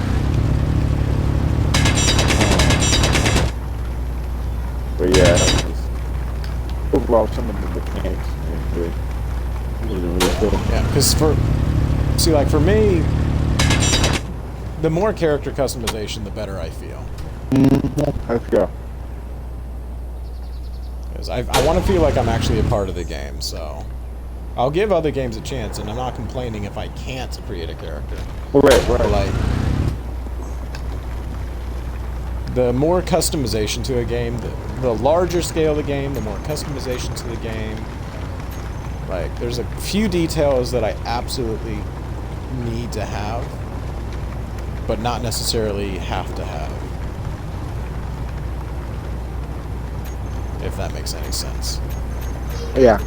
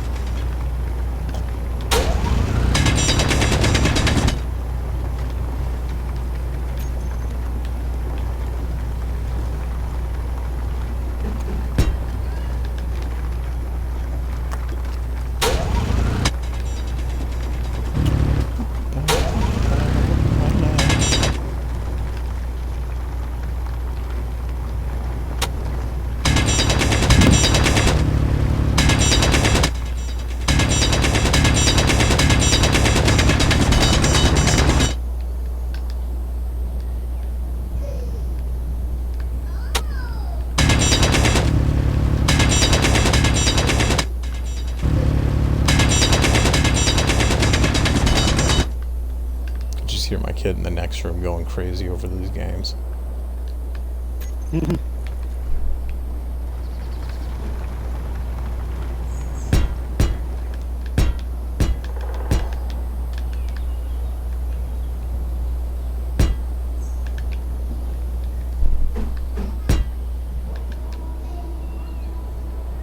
He's playing Sonic. I just heard the Sonic rings. Ooh, which Sonic? If he's playing on the Sega Genesis emulator, it's probably Sonic 2.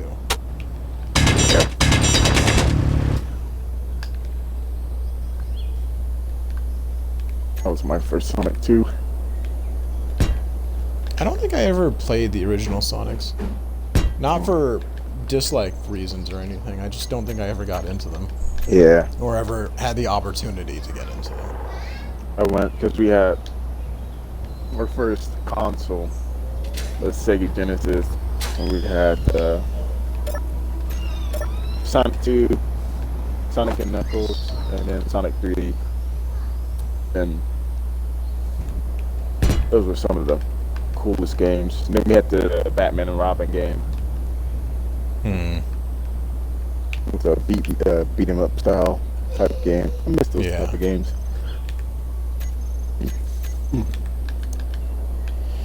I'm hoping that they drop what is it?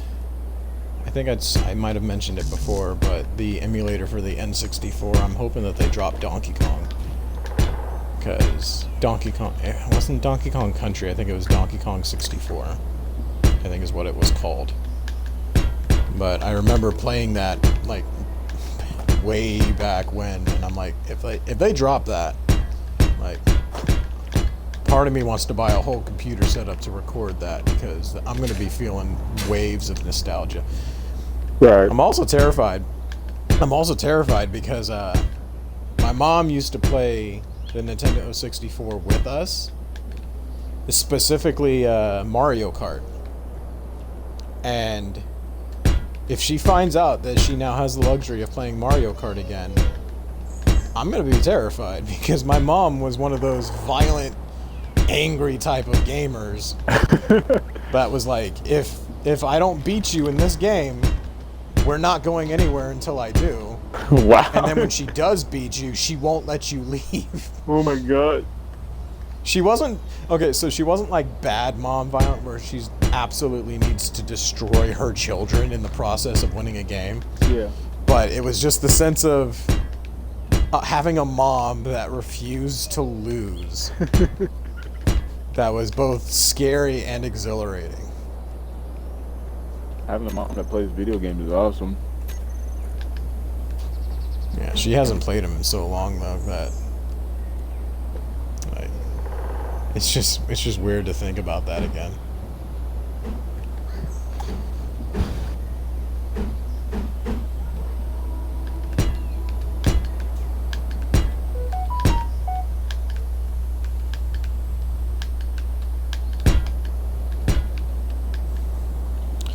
Alright, give me a sec, I gotta answer these messages.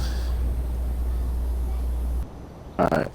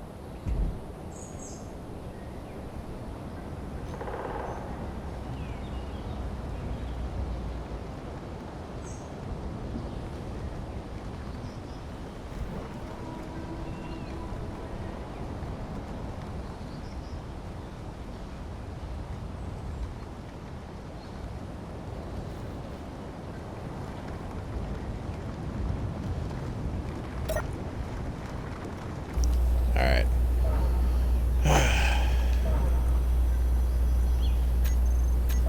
I am relaxed for the most part.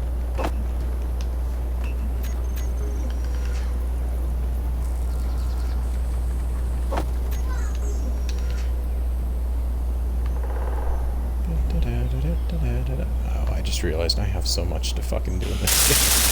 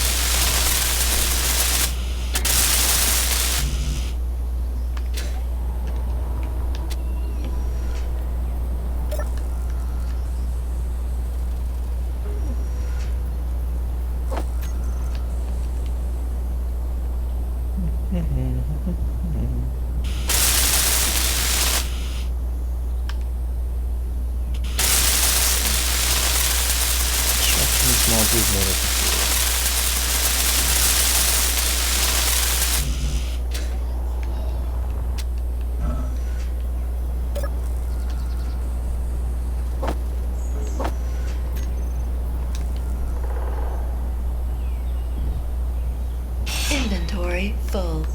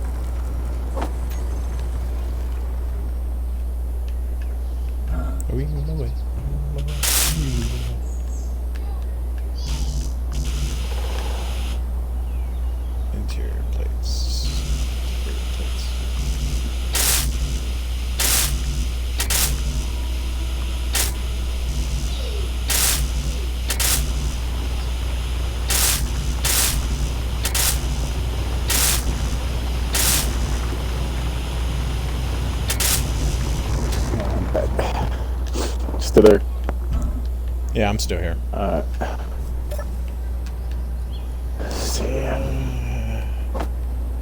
Motors, computers. Yeah, I'm just working away at this.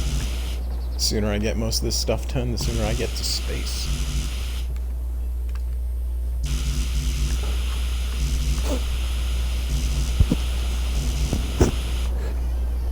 Thing is that I'm finally going to get to space and I'm not going to know what the fuck to do with myself. Right.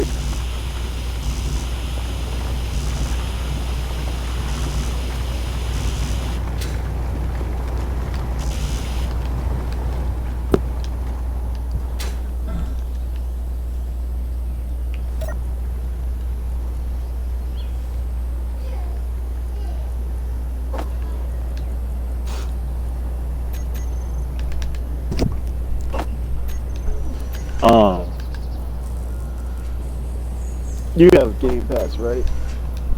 Yeah. Okay. So, back in the whole Destiny thing, I know I basically talked shit. But if you do decide to play it, one of the good things is it is free to play. For the base Yeah, I saw. game, you just go in, and the learning curve is honestly it's not bad at all. It's one of the easiest games to get into. Well, like I've seen enough of the game. I watched it for a while as other people played it, and it's not that I looked at it and I was like, "Oh, I'm never gonna play that." It was just one of those games that it couldn't pique my interest at the time, so I didn't know if I wanted to play it. Yeah, it's And so, seeing everyone else play it, I'm like, maybe I'll get into it, maybe I won't. If not, I'm not too concerned about it. right. But I just don't want to dedicate time to a game if I'm not going to enjoy it. And with games like Destiny and Halo was fun for like the first few games. But after a while, it started becoming more repetitive. Games are kind of falling into their own like category, which isn't a bad thing, but it's also not necessarily a good thing because it removes originality from games. Right. Like for instance, I've made this point before, but I'm gonna let you know about it now. Not Fallout, not Fall Guys, Fortnite. When the game originally like dropped its trailer, I don't know if you've seen the original trailer for it. Yeah. It's supposed to be like a tower defense type. Right. I remember.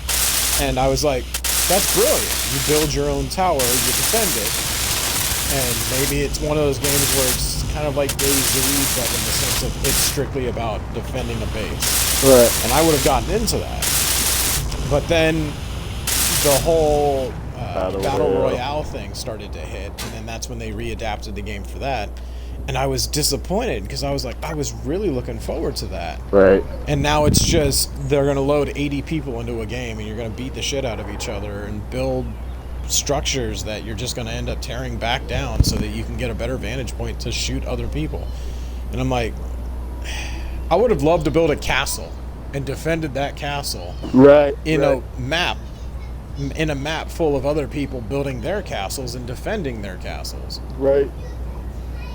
That's the whole point. And That's you make it a Fortnite. modern, yeah, exactly. Like the game doesn't even follow what it originally was designed to be. And even if that aspect's still there, like nobody's doing it anymore. So even if some people were playing it like that, nobody's going to play it like that now.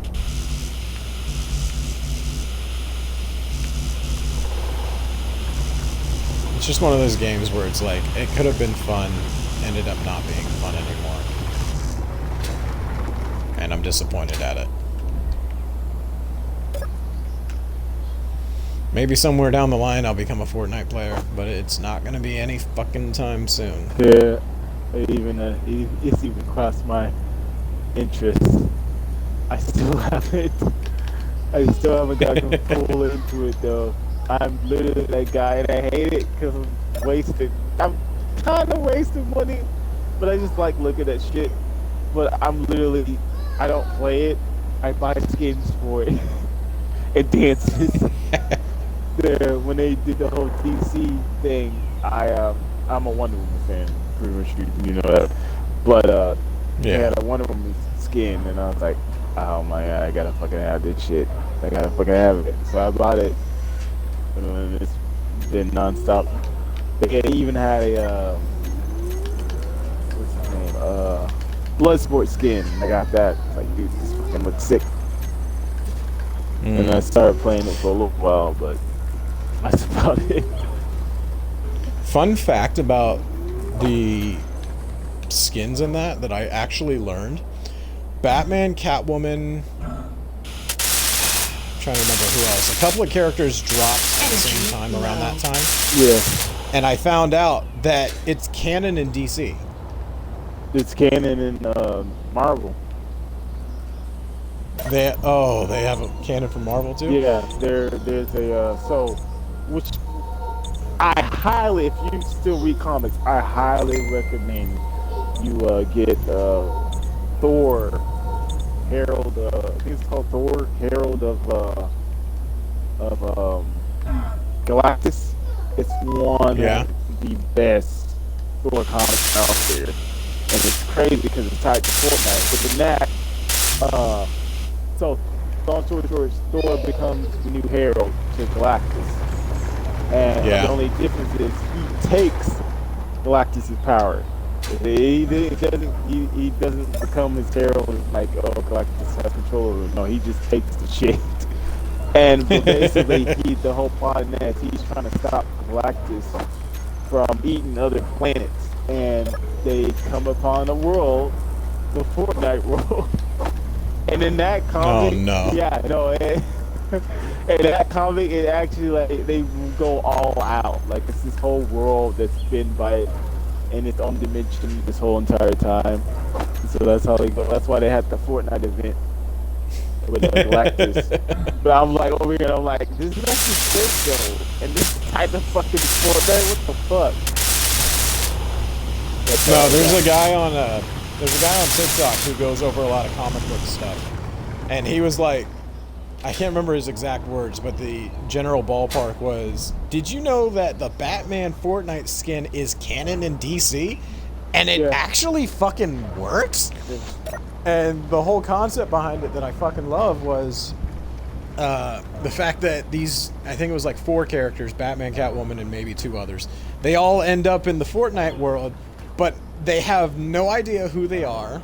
Yeah, and they can't speak.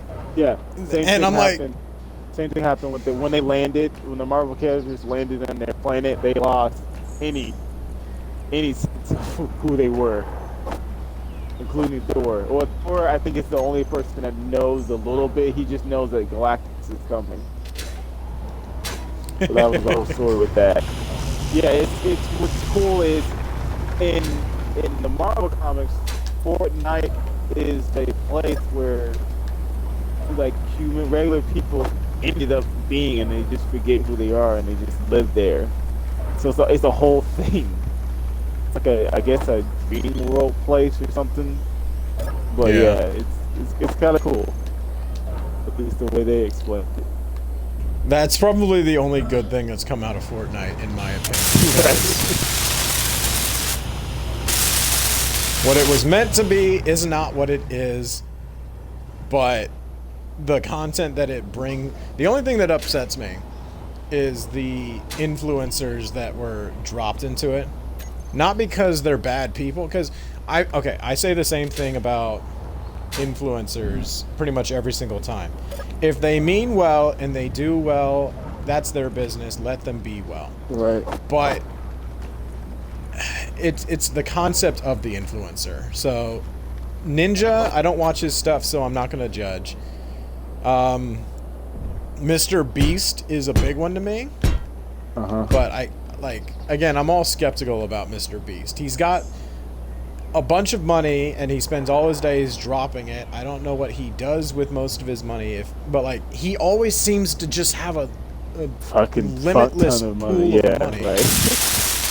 And if that's the case, he's spending it all on, like, from what the videos I've seen. Again, I'm not going to judge him if his concept is if he's not a bad guy or anything, like if he actually does a lot of good, like donate to charities or everything, then fine, that's him. But when I first saw him, like he was dropping thousands of dollars at a time on his friends to just be stupid. Yeah. Yeah. Like he would go into a Best Buy and be like, if you can fill this circle without anything falling outside the circle, the money's, or it's yours. Yeah. And his friends were dropping like thousands of dollars worth of stuff on it, and then he would just flat out buy it. And I'm like, fucking why? Right. Like, are your friends donating this shit? And he bought his friends a house. He built fucking...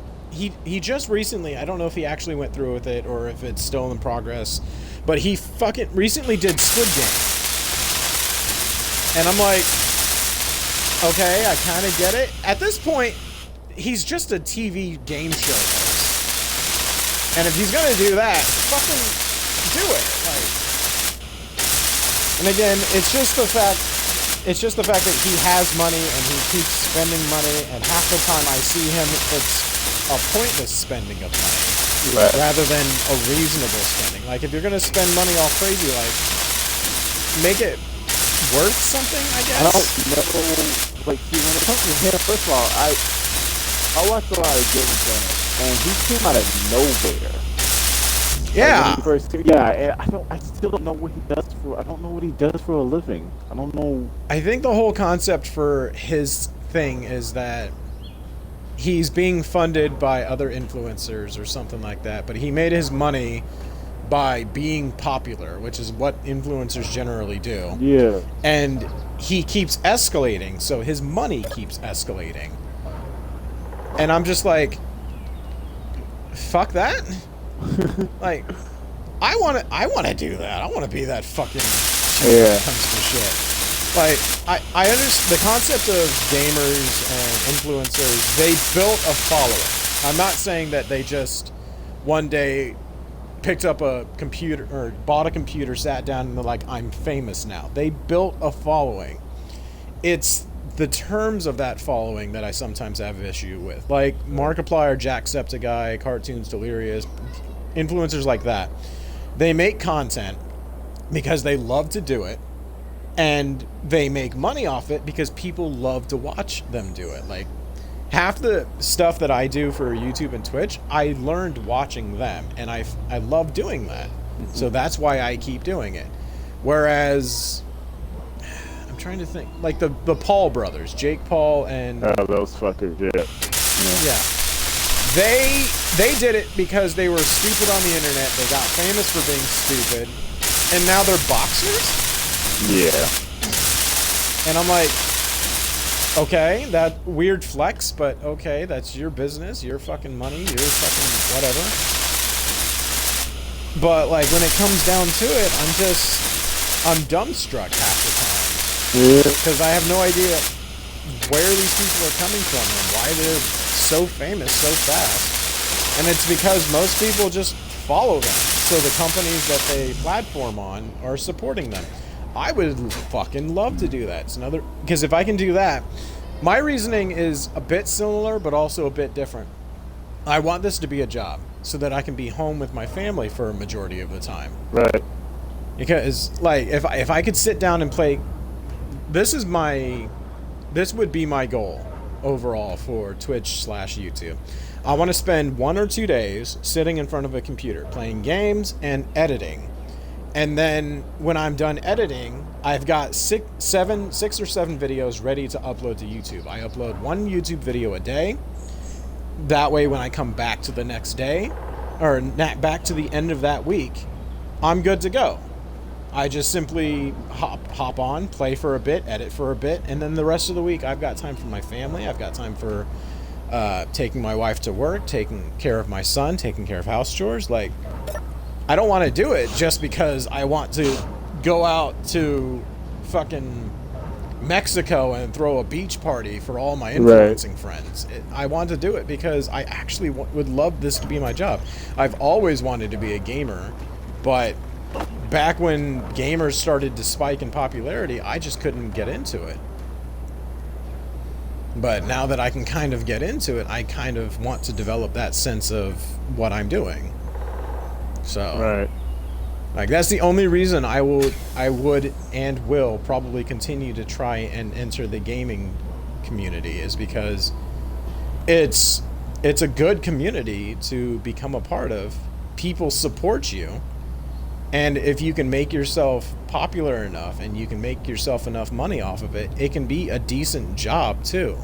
I want to be a content creator.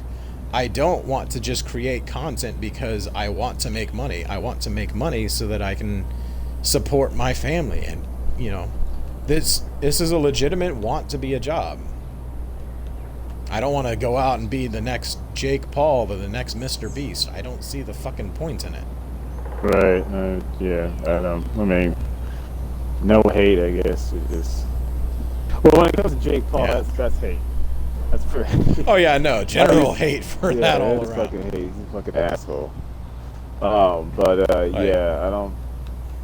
Yeah, Mr. Beats, I just don't know where he came from. I don't know what he does. Yeah, I still don't know what he fucking does. And I feel like... I know people, you know, people's lives, they do whatever they want to do with their, you know, money or whatnot. But it's just, there's so much money Right? that's being wasted. So much I of it. just can't imagine. Like I can't. I can't. I just can't. No, I got you, man. No, I completely fucking get it. Trust me, I spend most of my days just fucking wondering about this shit.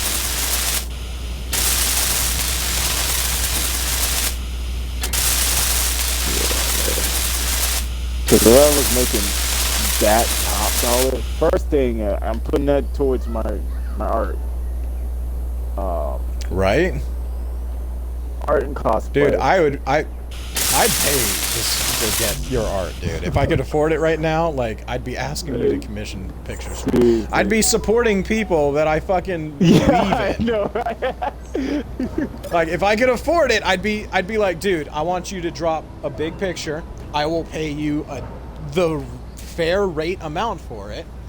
Maybe even a little extra, because I want to support you. I'm not going to throw my money at Mr. Beast when he's dropping $1 million Right.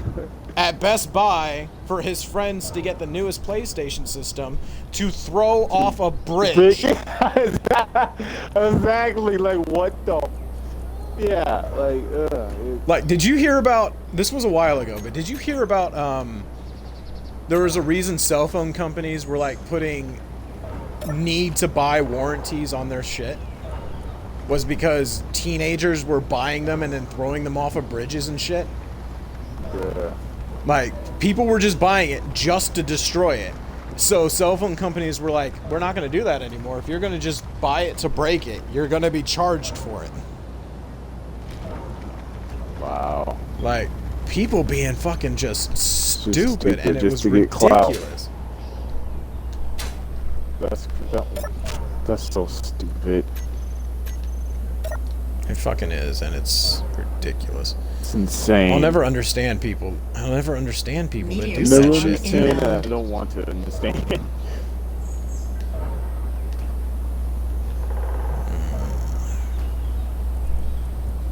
I don't. There's so much stuff I could be. Like, if I had that, I would get a new house. I would get my mom out of this terrible ass house.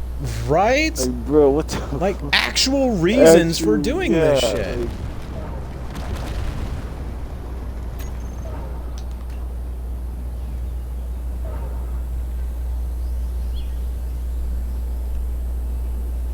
Like, I want to be able to give my kid a decent playroom with a backyard for him to Heck run around yeah. in.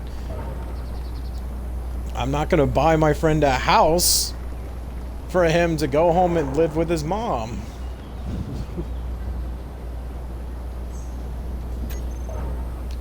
What fucking... I need to take this shit off.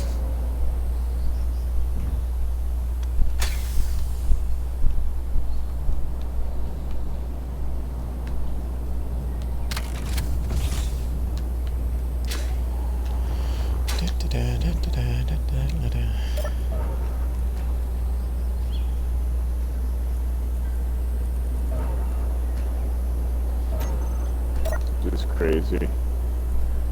Wait, I didn't.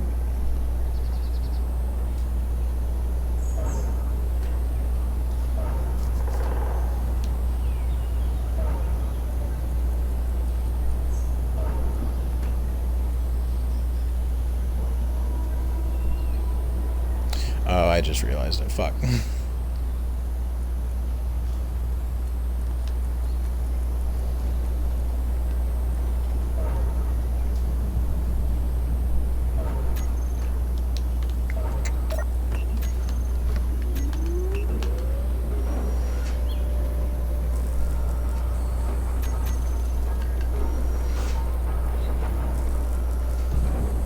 People being rich, stupid rich, piss me off.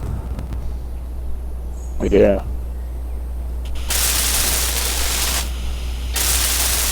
And it's not even just influencers either. It's rich all around. Like, you'll see celebrities being stupid as fuck, too. Mm-hmm. They're the worst when it comes to buying shit. Doing stupid In shit. addition to, like, them being stupid, or getting stupid shit with their money because they have the wealth to flaunt, it's becoming stupid people. Yeah. Like, the biggest thing lately has been Chris Pratt. I don't know how much you know about that, but, like, with everything him, like, I didn't even know that he was in his second marriage. But, Like, oh, yeah. I didn't pay... Yeah. I didn't pay enough attention to him to understand what kind of person he was, but, like, he was married to Ann Faris for so long. Yeah. He had a son with her, and then he left them, married Arnold Schwarzenegger's daughter, had a daughter with him, or with her, and then apparently, I don't know if it was vindictive or not, but it seems like the kind of thing he's been doing lately, where he'll say something completely stupid. But he said that, like, he's lucky to have a wife who gave him such a healthy daughter, when his ex-wife who had a son who had a medical condition is not in the literal, but in the same fucking room as her. Like, I can only imagine how they'd be feeling about that. Like, you wake up one morning and see that your ex-husband is praising his wife about the healthy child they have. And then you have to look at your child and be like, does he not feel like our son is healthy? Like, but like, and again, something else that I heard that I don't know if it's true or not, but it's a shitty thing to be if it is. He apparently on the set of the movie Tomorrow War, while they were filming it, they apparently found 2 dead hikers, but they continued filming despite the fact the bodies were on set. And I'm like, if that's true, what? Like, if I'm on a set of a movie and I find a dead body, I'm gonna be like, no, we are done for today. Call the police. Yeah. And, like, you get, that whole category is off the fucking charts. Because I'll always categorize people based on the actions that they take. For instance, Ryan Reynolds. Like, anybody looking at him from an outside perspective might think he is a shitty person. And he might be. But he works very hard to be good to people, to let people know that he actually gives a shit. And even when he's, like, saying stupid things about his wife or something, like, if he's, like, when he went on, it was Jimmy Kimmel or something, and he's like, I told my wife once that there is nothing in this world that I wouldn't do for my wife. But the moment my daughter was born, I said I'd use my wife as a human shield. He doesn't fucking mean that. He's the kind of guy you can see doing everything in his power to protect both his wife and his child at the same time. He would obviously protect his child more than his wife, and he would protect his wife more than himself. But he doesn't go on the fucking lam or fucking on the news one day and be like, oh no, I've always hated my family because they're a bunch of assholes and they're just shitty people. That's not who he fucking is. If that's how he really feels, he's doing a damn good job hiding it. Right. But then you also get actors who do things, they don't fucking mean it, and it's a horrible situation. Russell Crowe, for instance. I think it's Russell Crowe. In the news lately because he shot and killed a director or someone with a prop gun because the prop gun was not properly looked over and it was loaded with a dummy round that killed this person. He's not making the rest of the movie because he's looking at the situation.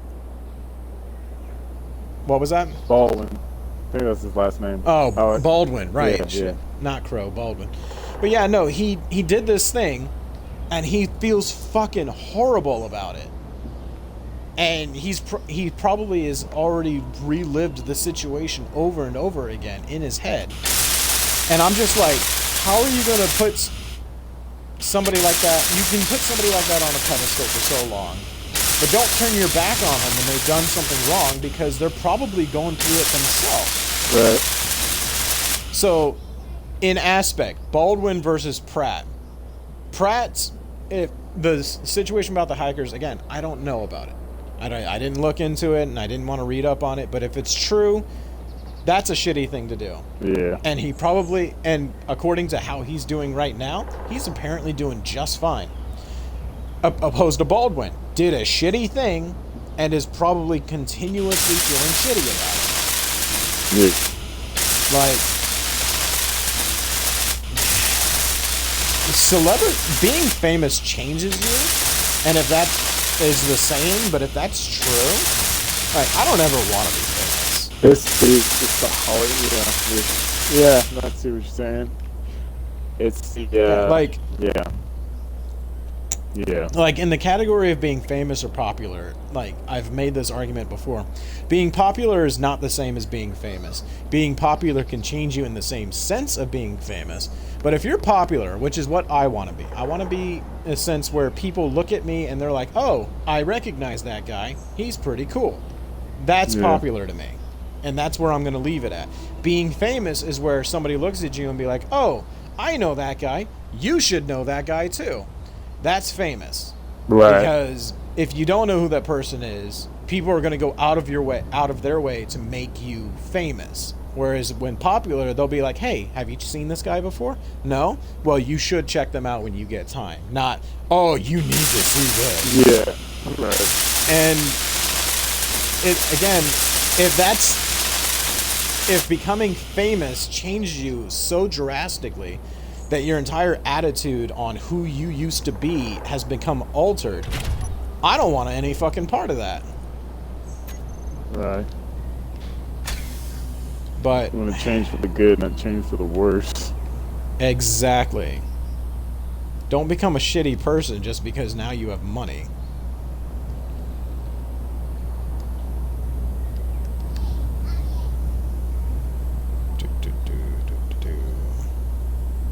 Like, I would like to become a popular YouTuber. I would like to become a popular Twitch streamer.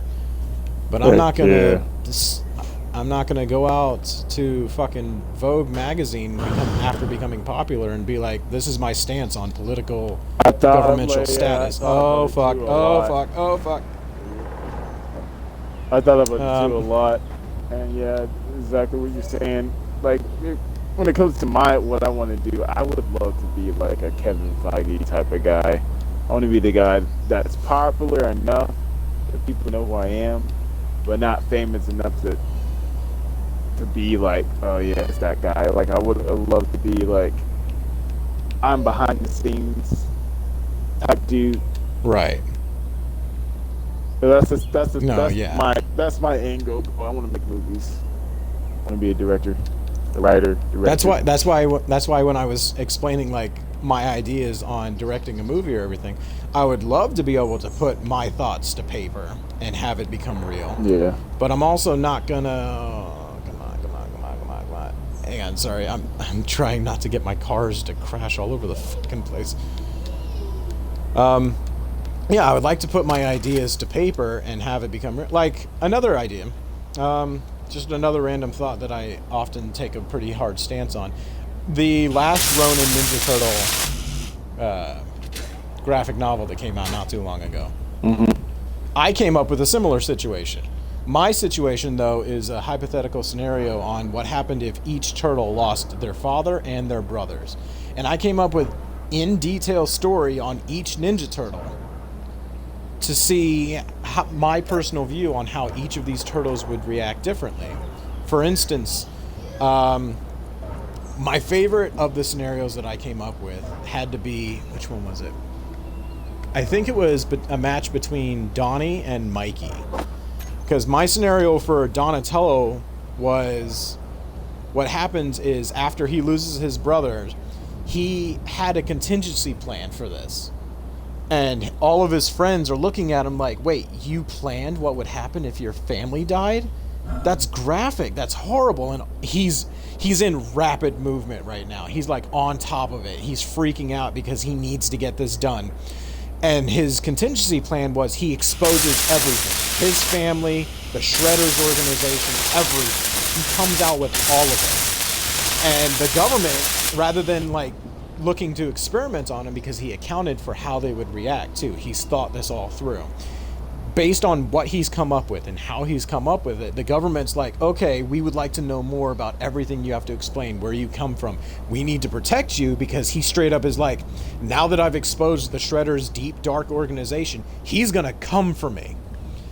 And they're like, we will protect you if you tell us everything. And they go to do that, and because the Shredder is now pissed that everything he's worked so hard for has been exposed, the first thing he does is come for Donatello.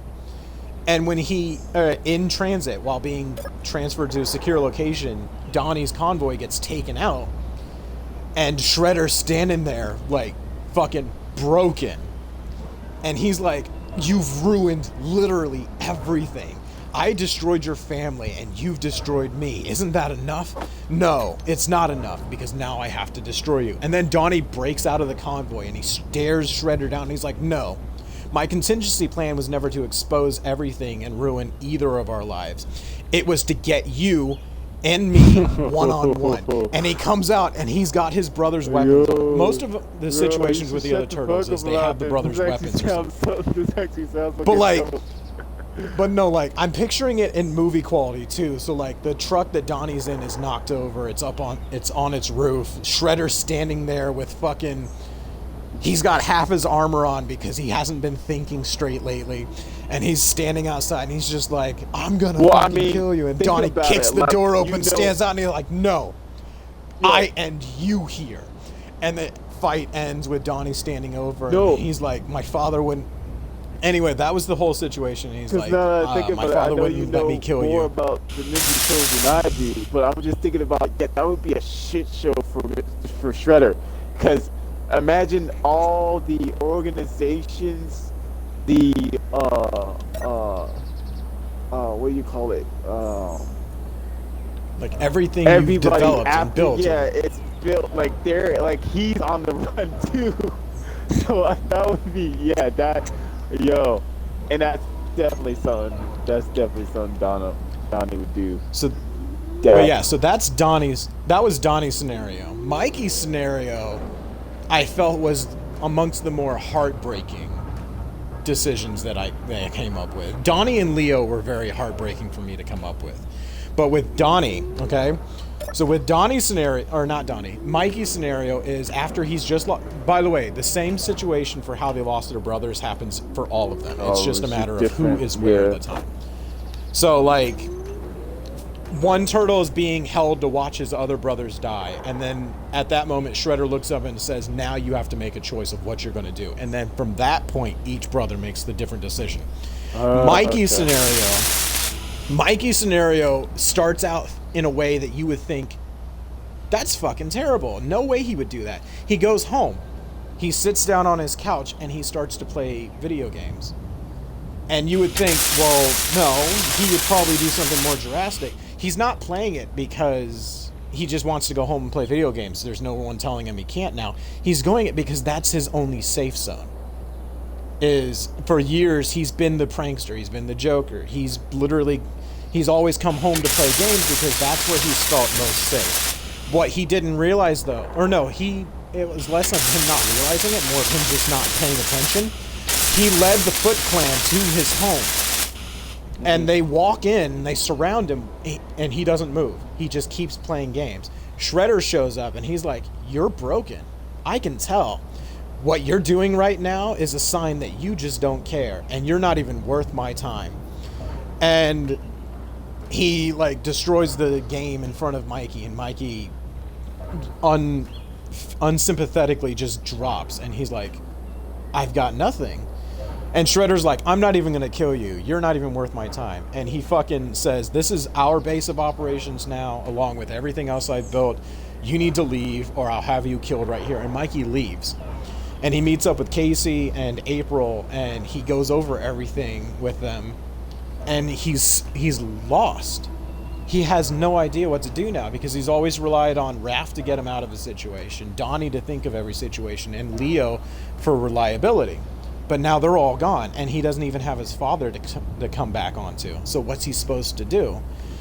And through talking with April and Casey, he's discovered that something he has been having trouble with before is he could never take anything seriously. And it's always been a point with his brothers about that, but he could never see it himself that way.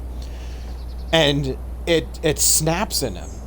Like, everything that he's been relying on his family for, he's always had. Mm-hmm. So what he does now is he recruits literally every single person that the Turtles have helped in the past to take on the Shredder. And he becomes a dominant leader of this group of heroes. April is a fighter. Casey is a fighter. The fucking... Rabbit. I forgot what the rabbit's name is. Yeah.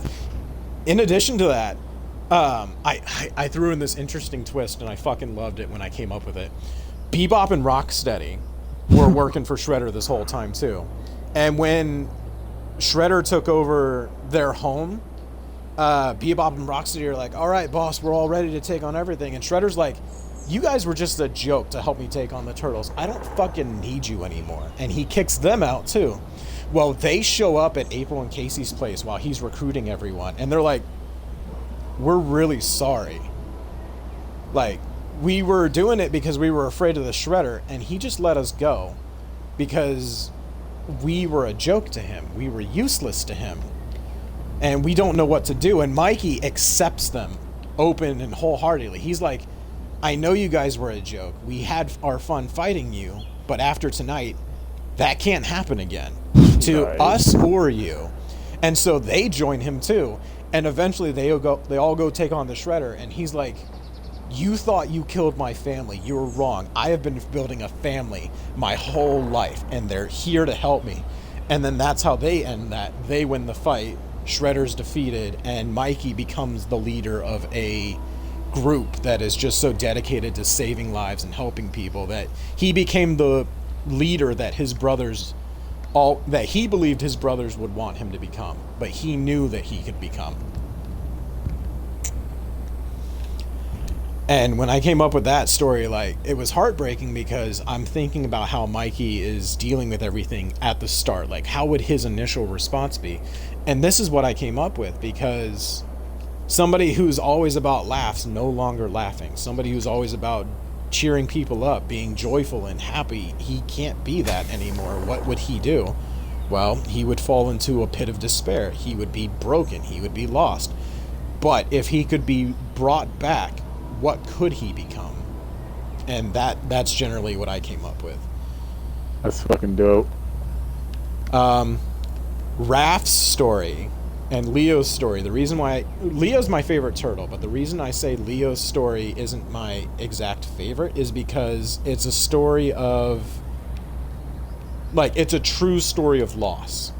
Not just about his family, but about his sense of self. Mm-hmm. And what his story is, he's so he's always been the wise leader, the intelligent leader, be able to think about how his brothers would react in every situation. But the moment he loses his brothers, he stops becoming that. Shredder tells him that he needs to flee or he'll die. And in this situation, Shredder knew that Leo would seek more help to fight. So that's why he followed Leo. he didn't follow Donnie because he didn't take Donnie seriously. He followed Mikey just to see what Mikey would react to. And he followed Leo because he knew Leo would reach out for help. What he didn't know is he broke Leo so much that when he went to seek out Casey and April, Leo didn't even consider the fact that he was being followed. So what happened was Casey and April take Leo in. Shredder finds them and threatens to kill them too. And his whole story is mostly just about how you don't know what to do. You don't know how to be a leader when you've lost all you were leading. And it's more so of a story of just kind of like getting back to where you need to be in order to move forward.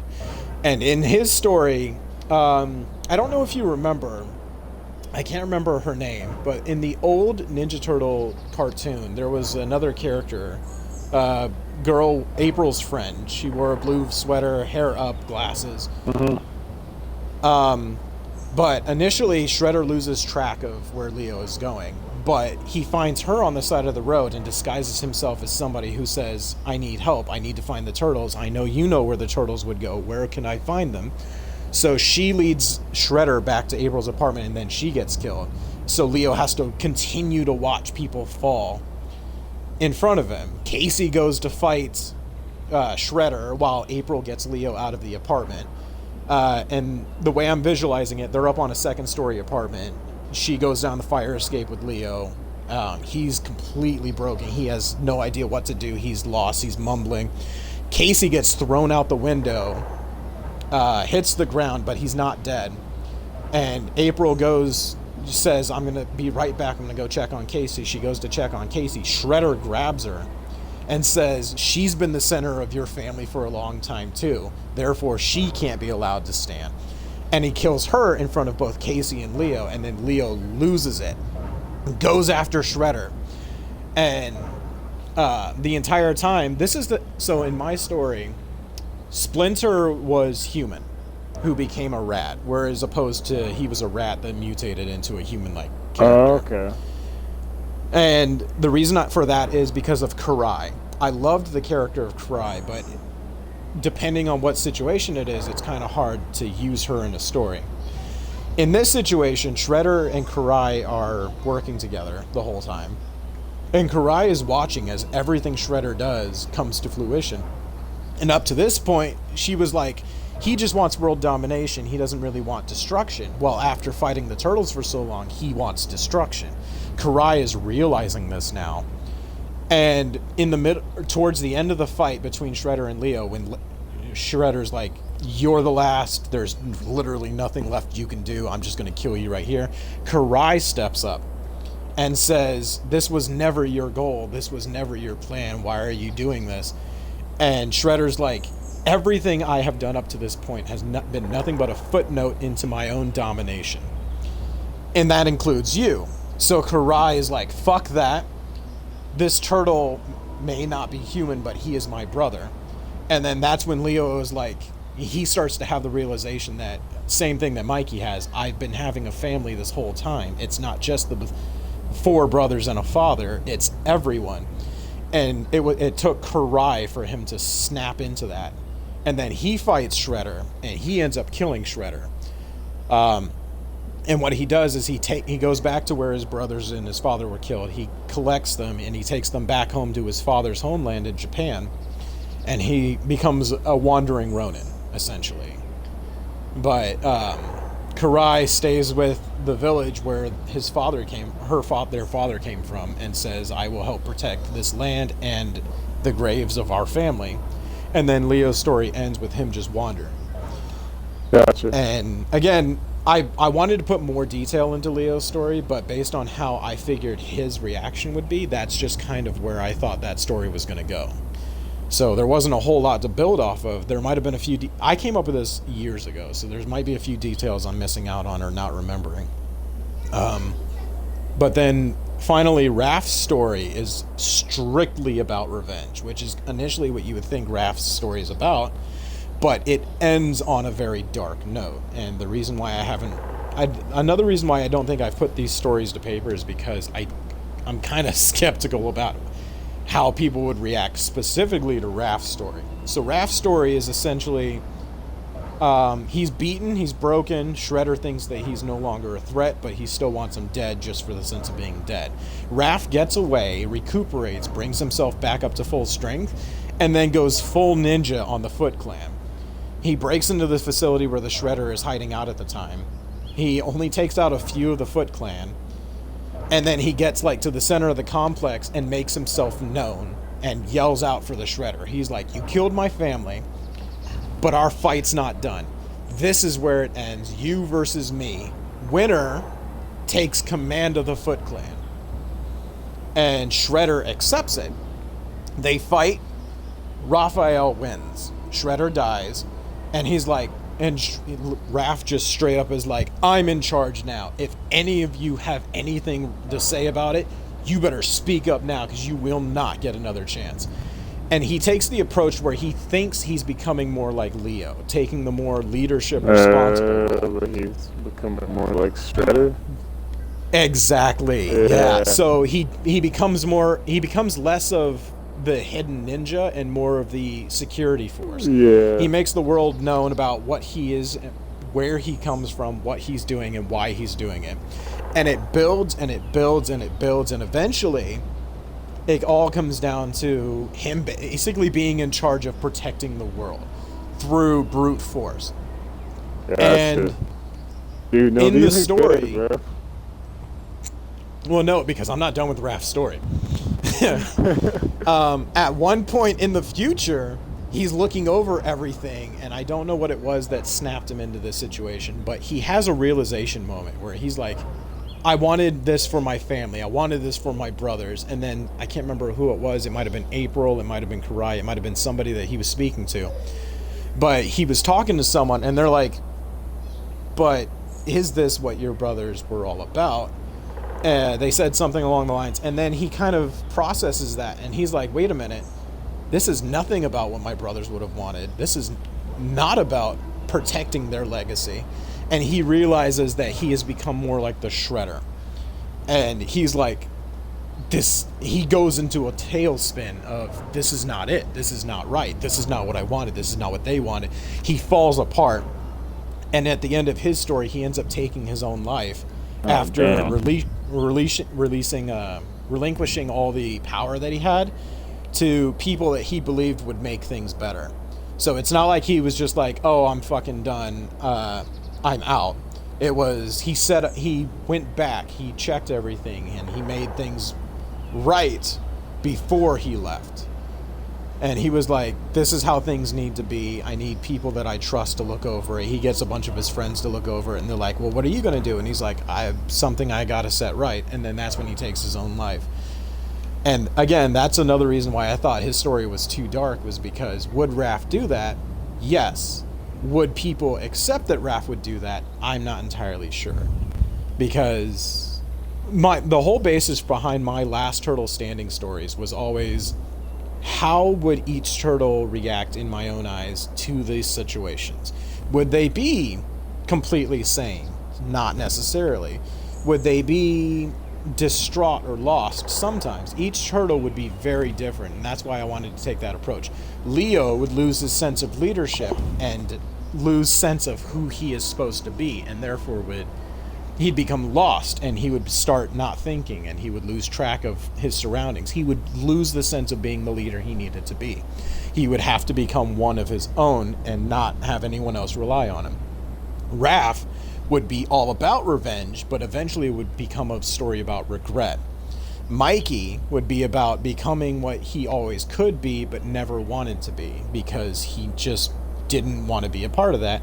And then Donnie, as cold as his opening may have been, like, his story was ultimately about realizing that getting to the end of a problem as fast as possible may not always be the best solution, but in this case it was the absolute solution.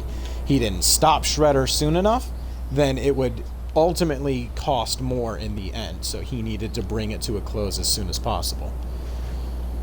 And that's why bringing each of those stories to fruition was kind of just like the ultimate. Hang on a second, buddy. Was ultimately just kind of a come as it goes kind of thing. So it came, I came up with it, I told a few people about it, and then the story went. And I actually stopped thinking about it for a while until we started talking about movies and development and everything. Nah, bro, those are too good. Especially the Donatello one's my favorite.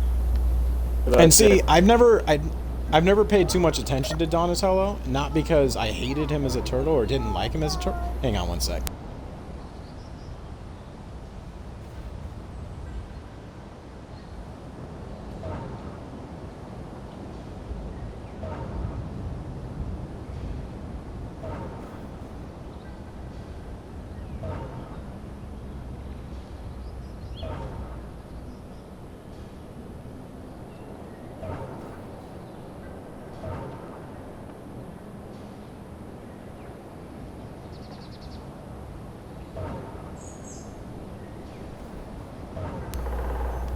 Sorry, my kid was asking me a question.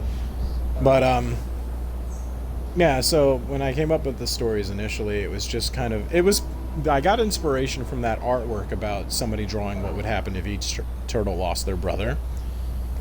But then after that, I kind of was like, oh man, these would actually make pretty decent stories. And I didn't hate Donnie or dislike Donnie. He's just not, he wasn't the turtle that grabbed the story the most for me, and that's why I think I put a little bit more effort into his story. And I especially love it because if you think about it, I mean, I do not know what the original people would say each turtle would feel or do, because there's no way to actually know that. However, I would love to discover that each turtle would be like, they wouldn't necessarily, I think Raph is the only one that I feel would jump into the immediate sense of what you would think he would do, as opposed to the other turtles, where, like, specifically with Donnie, because again, I loved what I did with Donnie's story. You would think that he would be lost a little bit or sad or depressed, but instead, when you open his story, the first thing he does is he starts gathering everything he has, and he's like, I have a plan. We're going to go through with this plan. Everything is going to go exactly the way that it needs to be.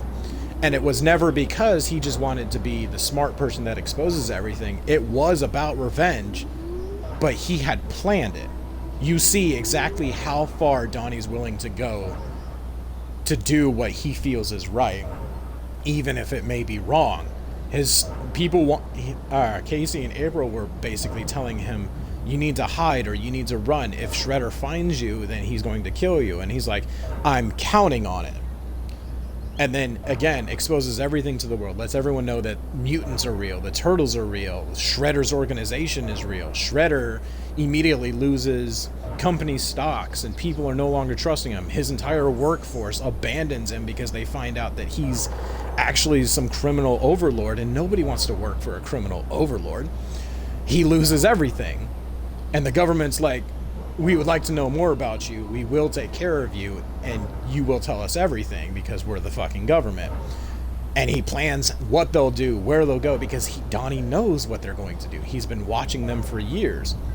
Shredder, out of pure hate and rage, goes after him because now he has nothing to his name. His Foot Clan organization, his businesses and companies that he's been funding for decades, fucking gone.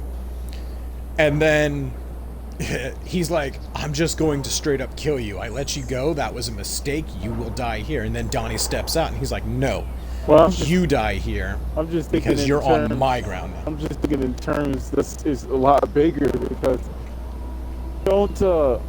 like I said, you know more about it than I do. Don't the Foot Clan, don't they have their own rival organizations?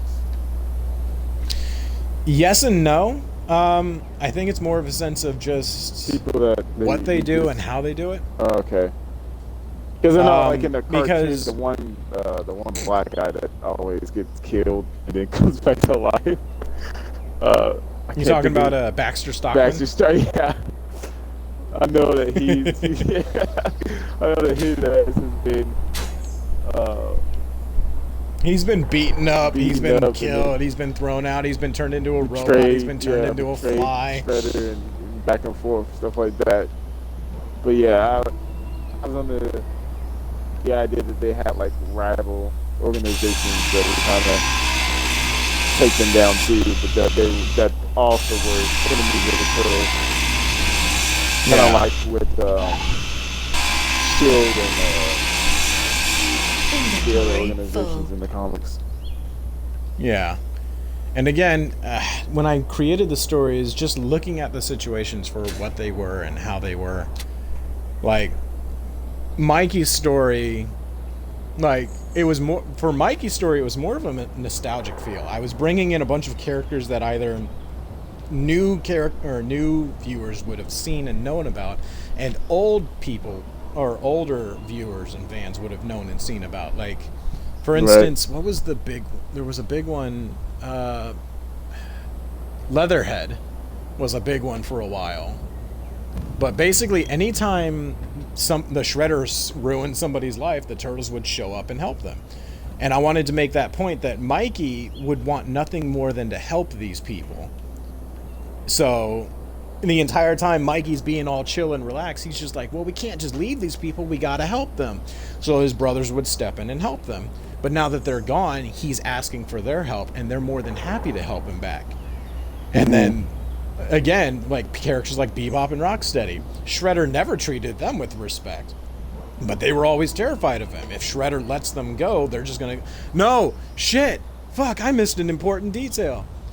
I completely made up that point with Bebop and Rocksteady leaving, or getting kicked out, because they had already been kicked out. I just remembered how I set this whole thing up, and it just made Mikey's story so much better, and I'm upset that I forgot about it. Mikey's story is, he doesn't go straight to Casey and April. He goes to a pizza joint.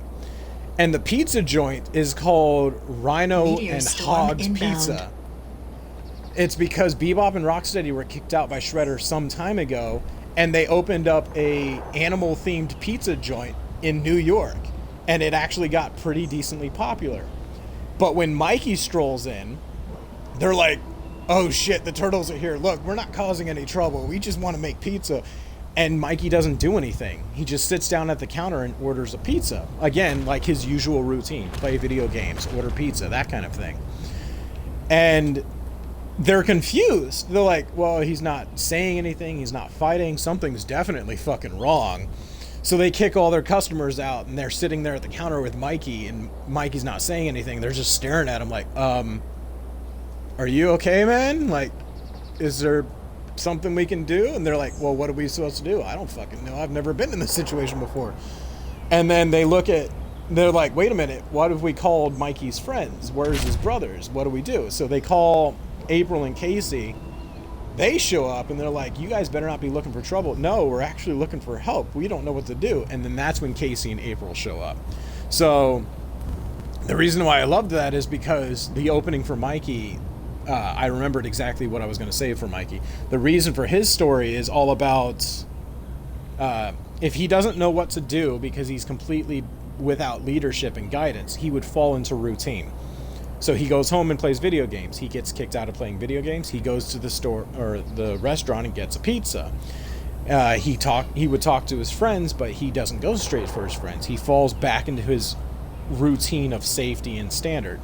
And then that's when Bebop and Rocksteady were like, well, we've been absent from the Shredders organization for so long, I don't think they'll mind if we ask for help. So they call Casey and April. They show up. They help Mikey, and then that's when he starts to become the leader that his story develops him into. But, oh man, I completely fucking forgot about that. And it's funny that I got all excited about remembering it when I'm not gonna fucking do anything with it, but... Bruh, you should though. Like, part of me still might. Maybe I'll, edit the clips like, from... It's kind of better than the actual Ronin one, because it's always... fans and writers always tend to side automatically with Leonardo's side of the story.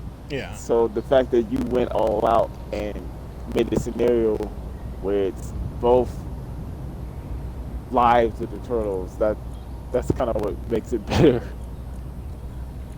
Right. And like I said, maybe what I'll do is I'll take the audio from this recording and I'll just fucking start clipping fan art and shit, and then I'll put the story on the internet. Yeah, you should do that. Because I do love making up stories like that. I came up with those stories back when I spent a lot of time thinking about alternate stories to video games and comic books and movies. What would and you such, call it, so. Joe? See, I would call it The Last Ronin. Oh. Can't fucking do... Or I would call Leo's story The Last Ronin. But I think I called it Last Turtle Standing in tribute to the actual... the comic artist that came up with those stories. Well, not the stories. The artwork where each turtle is by themselves. Those are called Last Turtle Standing. So I think that's what I would ultimately call it. But I would obviously come up with a different name because that name is being used for the artwork, so... But, I don't know. Maybe I'll come up with a name with it later. Maybe I won't. I don't know.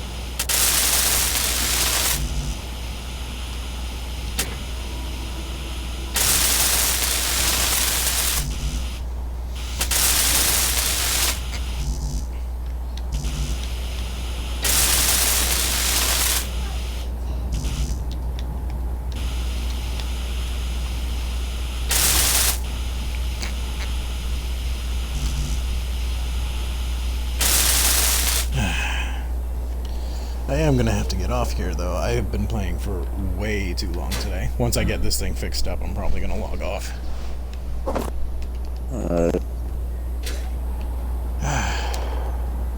Yeah, no, dude, I wasn't expecting to fucking reminisce about Ninja Turtle stories again. It's been a long time since I've thought about those stories.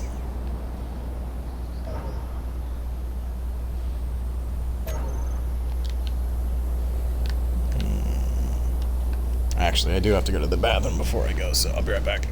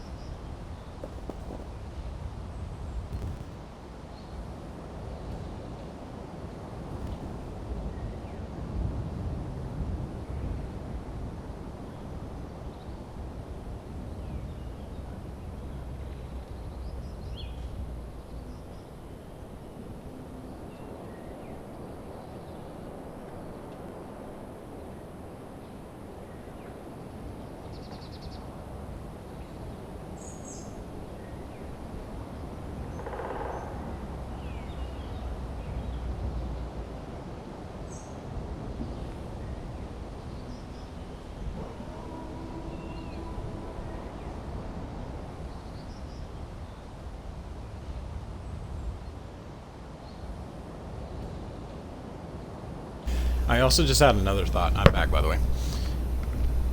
I also just had another thought about the structure between stories. About, like, which turtle would go first, which turtle would go last. And I was trying to remember what I did for that. Because that was clever, too. Each story was essentially a chapter. So it was 4 chapters. And what would happen would be... I'm trying to remember who it would start with. I think it started with Donnie, and then the epilogue. Is it the epilogue? The tale at the end of the story that kind of brings it all to a close. The epilogue for his story would be like, and so sometimes falling into routine is not necessarily a bad thing, but what if it is? And then that would jump to Mikey's story, where Mikey falls into the routine and it gets him nowhere, but then he takes up the leadership position. And then, at the end, his epilogue is sometimes becoming a leader can be the greatest gift that your family can give you, and sometimes it can be the greatest curse, which would lead into Wrath, Raph's story would be the darkest end, where he would ultimately be like, and sometimes you'll feel absolutely alone, which would lead into Leo's, where he feels absolutely alone. That's true. And then Leo's would end with, the most important thing you must take away from loss is the memory that you have of the people you care about, and that would ultimately be like the end of the story. I thought about coming up with a story of what would happen if Splinter lost his brothers, or his sons, but I don't think I could come up with a legitimate, like a lengthy enough story that would make the same feeling for all that. Because with the brothers is one thing, like you get a sense that each brother, the story is obviously the Ninja Turtles, so you kind of feel like that's where the premise is going to be. But with Splinter, I just felt that that would be too weird. So I never initially came up with a story for Splinter. Who knows, maybe sometime down the road, if I come up with more stories, I'll do that. But, damn. That was seriously a wave of nostalgia. I did not think I was going to get back into that.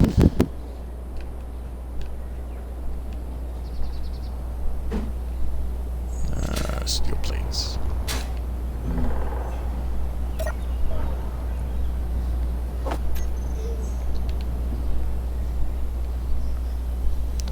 I just want to finish building this fucking thing. I've been spending way too much long on this game right now. Steel plates, computers.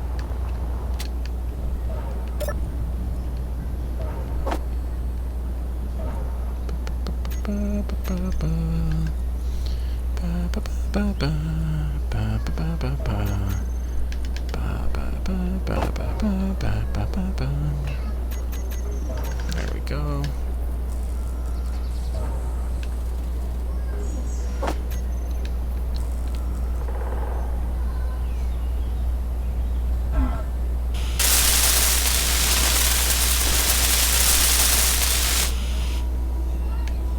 There we go. Nice little drill rig. That looks like it's about to break off at the first chance it gets.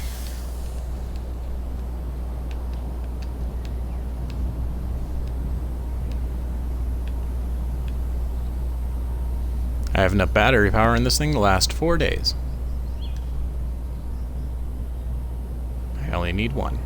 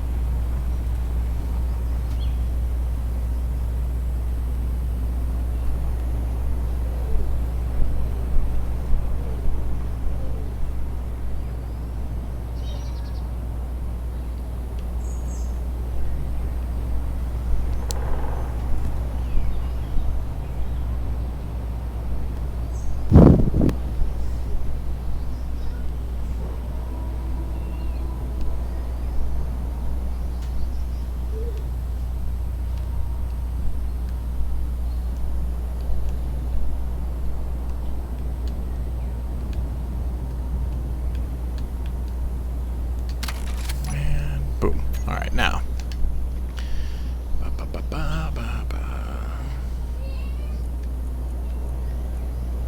Oh, I should turn the drill on first.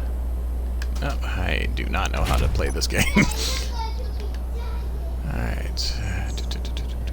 Drill. On.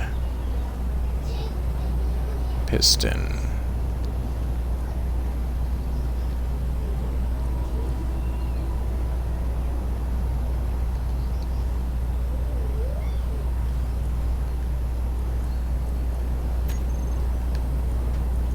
Now,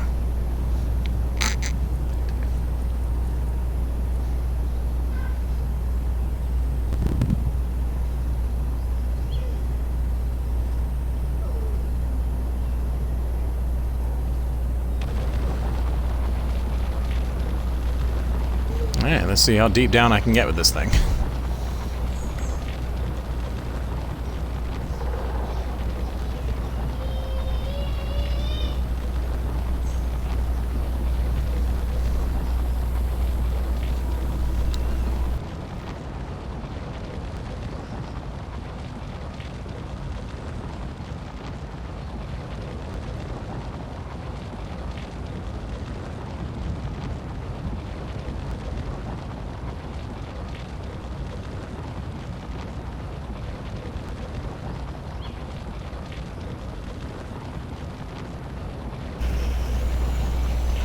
Yep, gotta turn that volume off.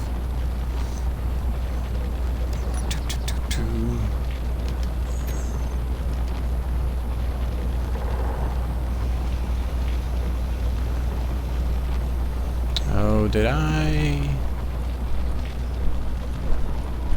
No, maximum distance 2.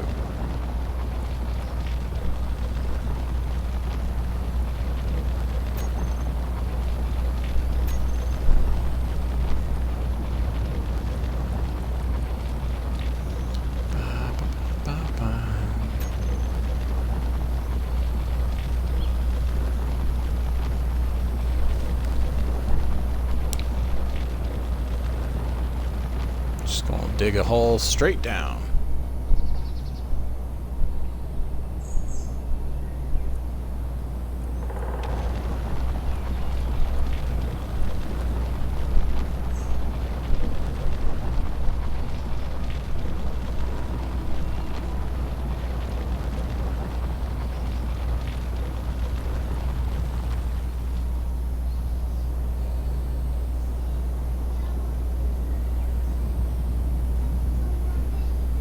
So far, so good.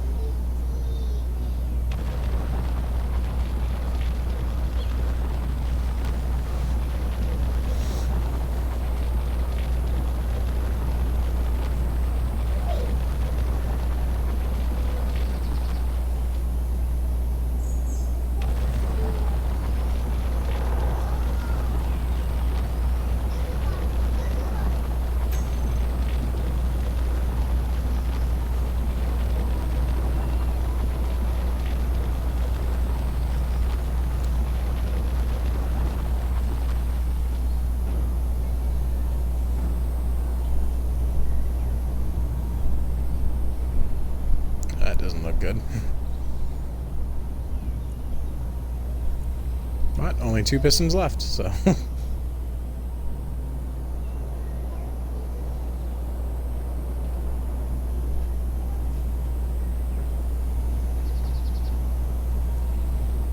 Oop. 1, 2, 3, 4.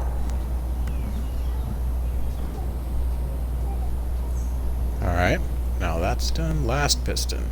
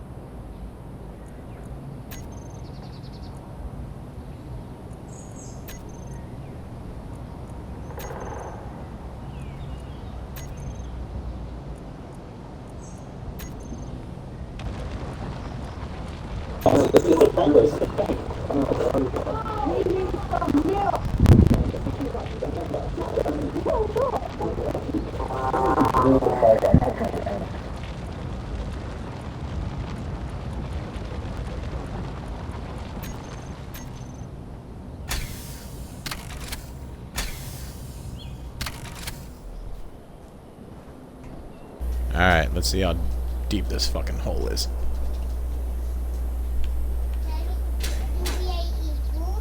That did not go deep, actually.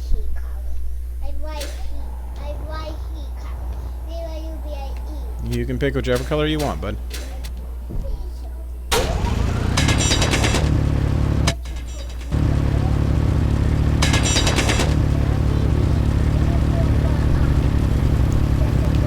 up, bud?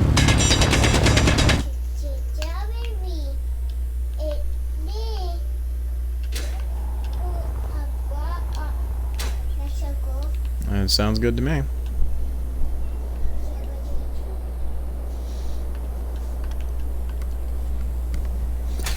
So my drilling rig is shit. And I'm sad. I built... Oh, it's probably because this thing's lugging around a... Oh, that's gonna break off before I even get home. This is gonna be bad. But yeah, so I developed it, I built it, and it doesn't look like it digs very deep. Back to the drawing board. Oh yeah, oh no. What did you just break? Oh shit. What was that? The drill is full of rocks itself. So when it, when I drive, it wobbles. And it just smacked into the back of my truck. Uh-huh. Did you break something?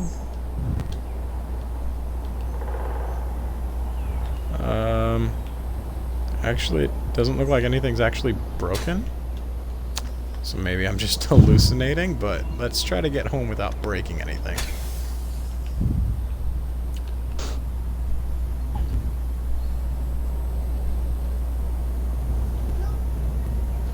Yeah, I'm gonna have to go to digging or building a drill rig that flies, because a driving drill rig is fucking pointless. I'd have to build this thing like a skyscraper in order to dig straight down. And at that point, I might as well just fucking build a skyscraper. Alright, I think we're gonna go. Yeah, I'm gonna go ahead man. and see this movie. Alright, talk to you later. Alright, man. Let me know how it goes. Yeah, I'll go.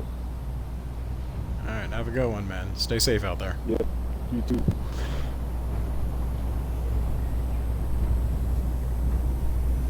And then there was one. Thank you for joining me for this stunning experience of finding out if I know how to build cars. Spoiler alert, I don't. So, this one was a drilling rig. It was supposed to be an extension of my drilling platform, but since that's making me nervous enough as it is, what I'll probably do is build a drilling ship, which is something I know how to do. I know how to build vehicles that can fly and dig, so I'll probably do that. The difference with that, though, is making sure that I build it in a way that it doesn't, you know, destroy everything I'm working on. But I guess we'll have to figure that out probably next time, because I'm actually about to log out here.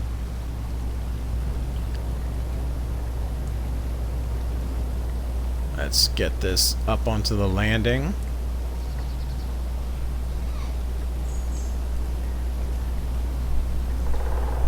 Come on now. Come on.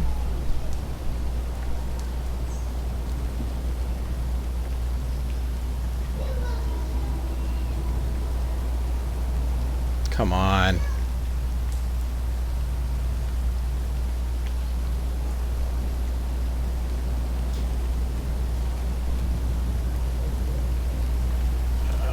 Wiggle, wiggle, wiggle. Alright, that's not gonna work. Let's try backing it onto it.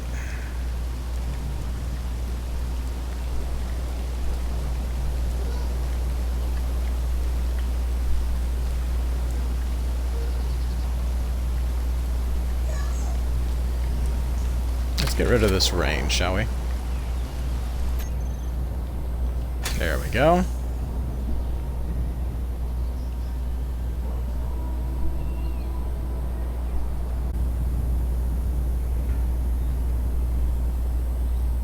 There we go. Now I just gotta line it up and...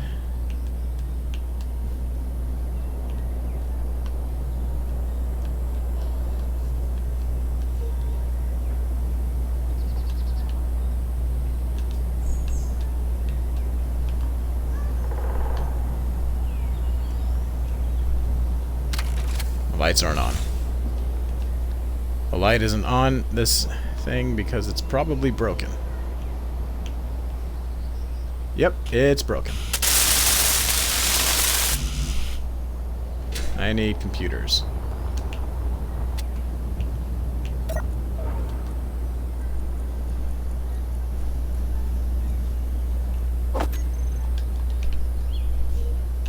And once it's connected, it should run on its own. Drop all this off, and then I will have to deconstruct this whole darn thing.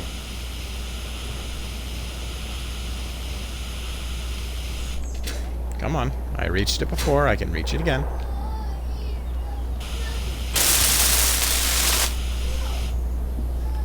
There we go.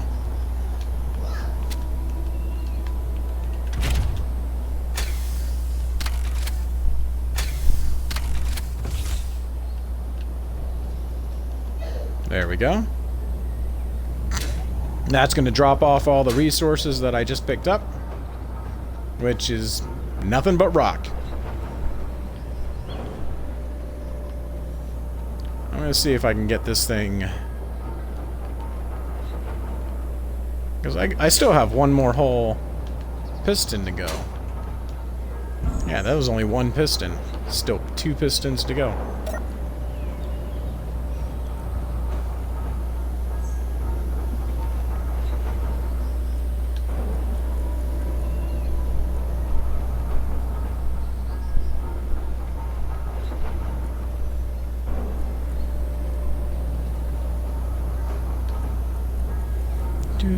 Do.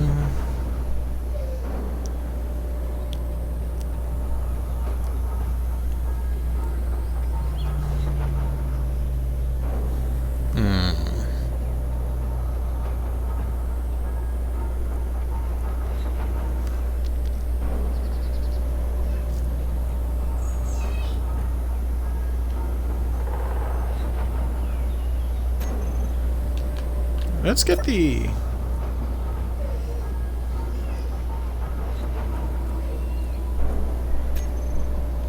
Go back up, because I'm not done with you.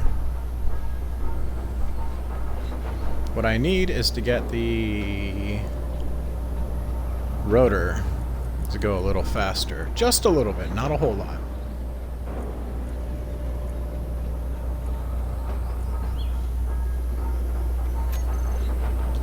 Let's see how that's looking.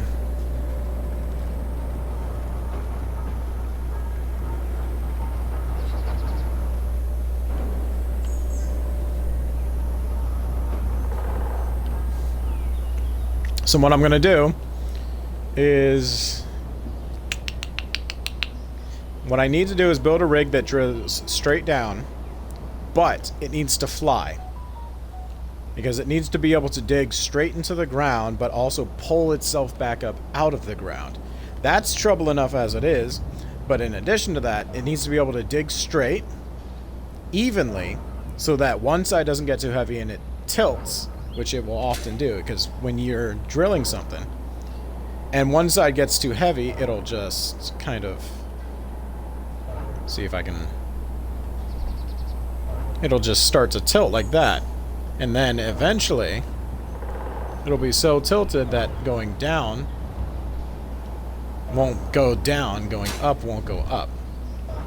And I can't have that, because if I have that, I should not be a pilot.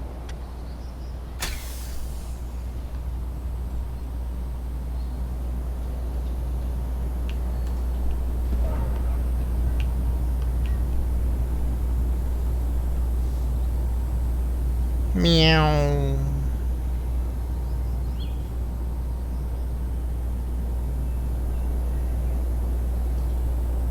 I don't want to go too far, but I do want to see if...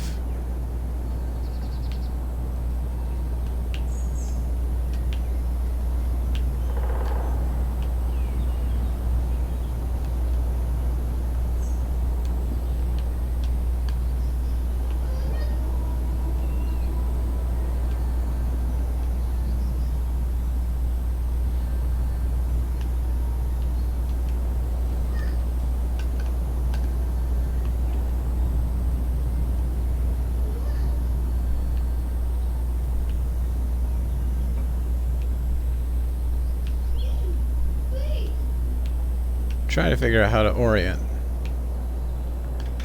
Oh, there we go. Left bumper, right stick.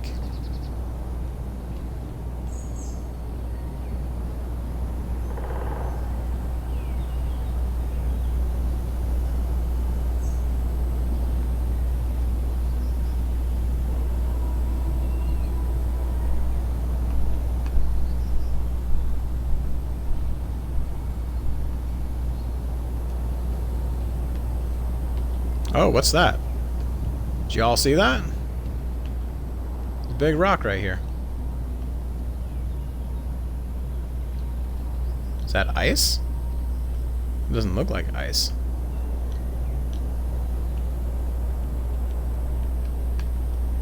Let's try to land this thing gently, shall we?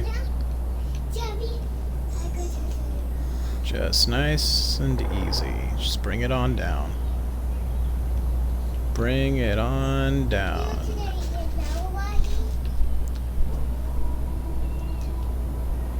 Easy. There we go. Perfect. Thrusters are still going, but that's all good. What are you?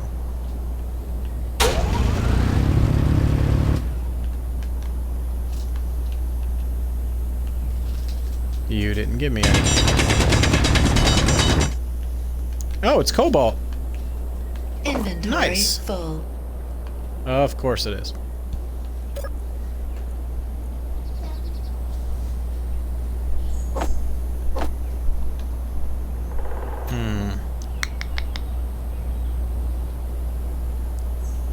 I wonder if I can't take this whole rock. I wish I could, but I can't. So I'll have to mark it so I can take it for later. Because this would be a hell of a lot easier to dig into than digging underground. Alright, so what I need to do is GPS coordinates. Make it say cobalt.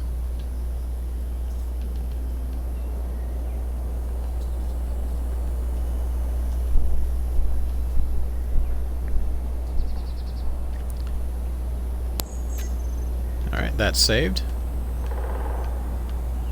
So I'll know just right to come right here. And again, what I have to do is, if I drill... I have a drill rig idea.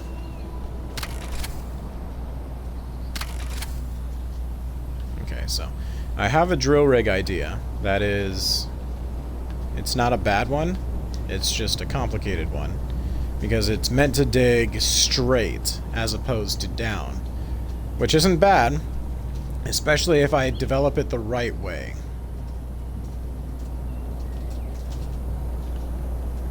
What I'll need to do, actually, what I need to do is build a rig that can carry storage.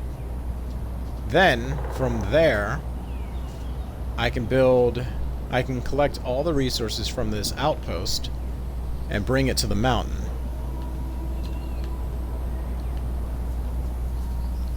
And then once that's done, I can basically build a mountain base, which is initially what I'm pretty decent at doing, so.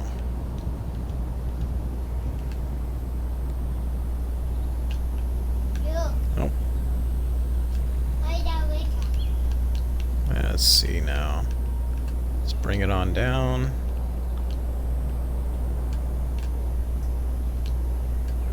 Just gotta lock it in. There we go, and boom. Look at that. Locked in place.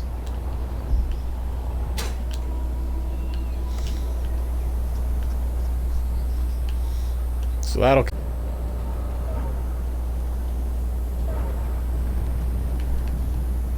That's still digging. So that's probably what I'll do next time. I'll move my operation to the mountain. And then from the mountain, build a rocket to build my operation to Mars. Or the moon, whichever one that is. I think it's a Mars planet. I think I can get uranium from the Mars planet too, so that wouldn't surprise me. But yeah, there's just so much that I still need to do before I'm even relatively close to getting to my ultimate goal. But let's do...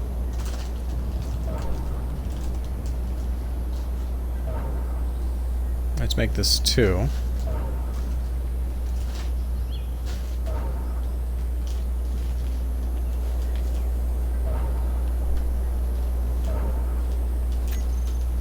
And that'll dig down a little bit.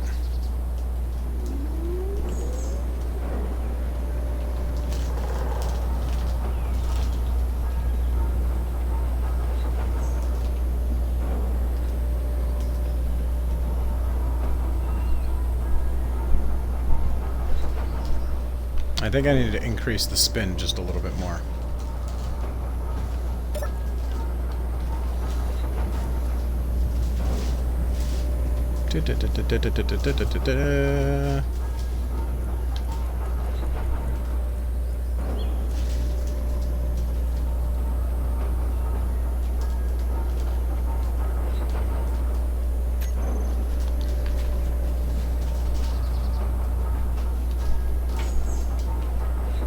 Hasn't seemed too chaotic, so that should be alright.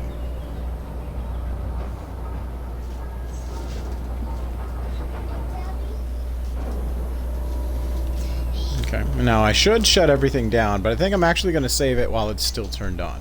Because that way I don't have to worry about it when I come right back to it. So, thank you all so much for joining me on this adventure. If you like what you see, follow me on Twitch, Twitter, Instagram, and TikTok. And if you'd like to see more footage of other games that I've played, and including the past plays of Space Engineers, I will be uploading content to YouTube as often as I can. Thank you so much for joining me on this space adventure. Earthbound adventure shall soon be a space adventure. But thank you all for joining me, and I will catch you all next time.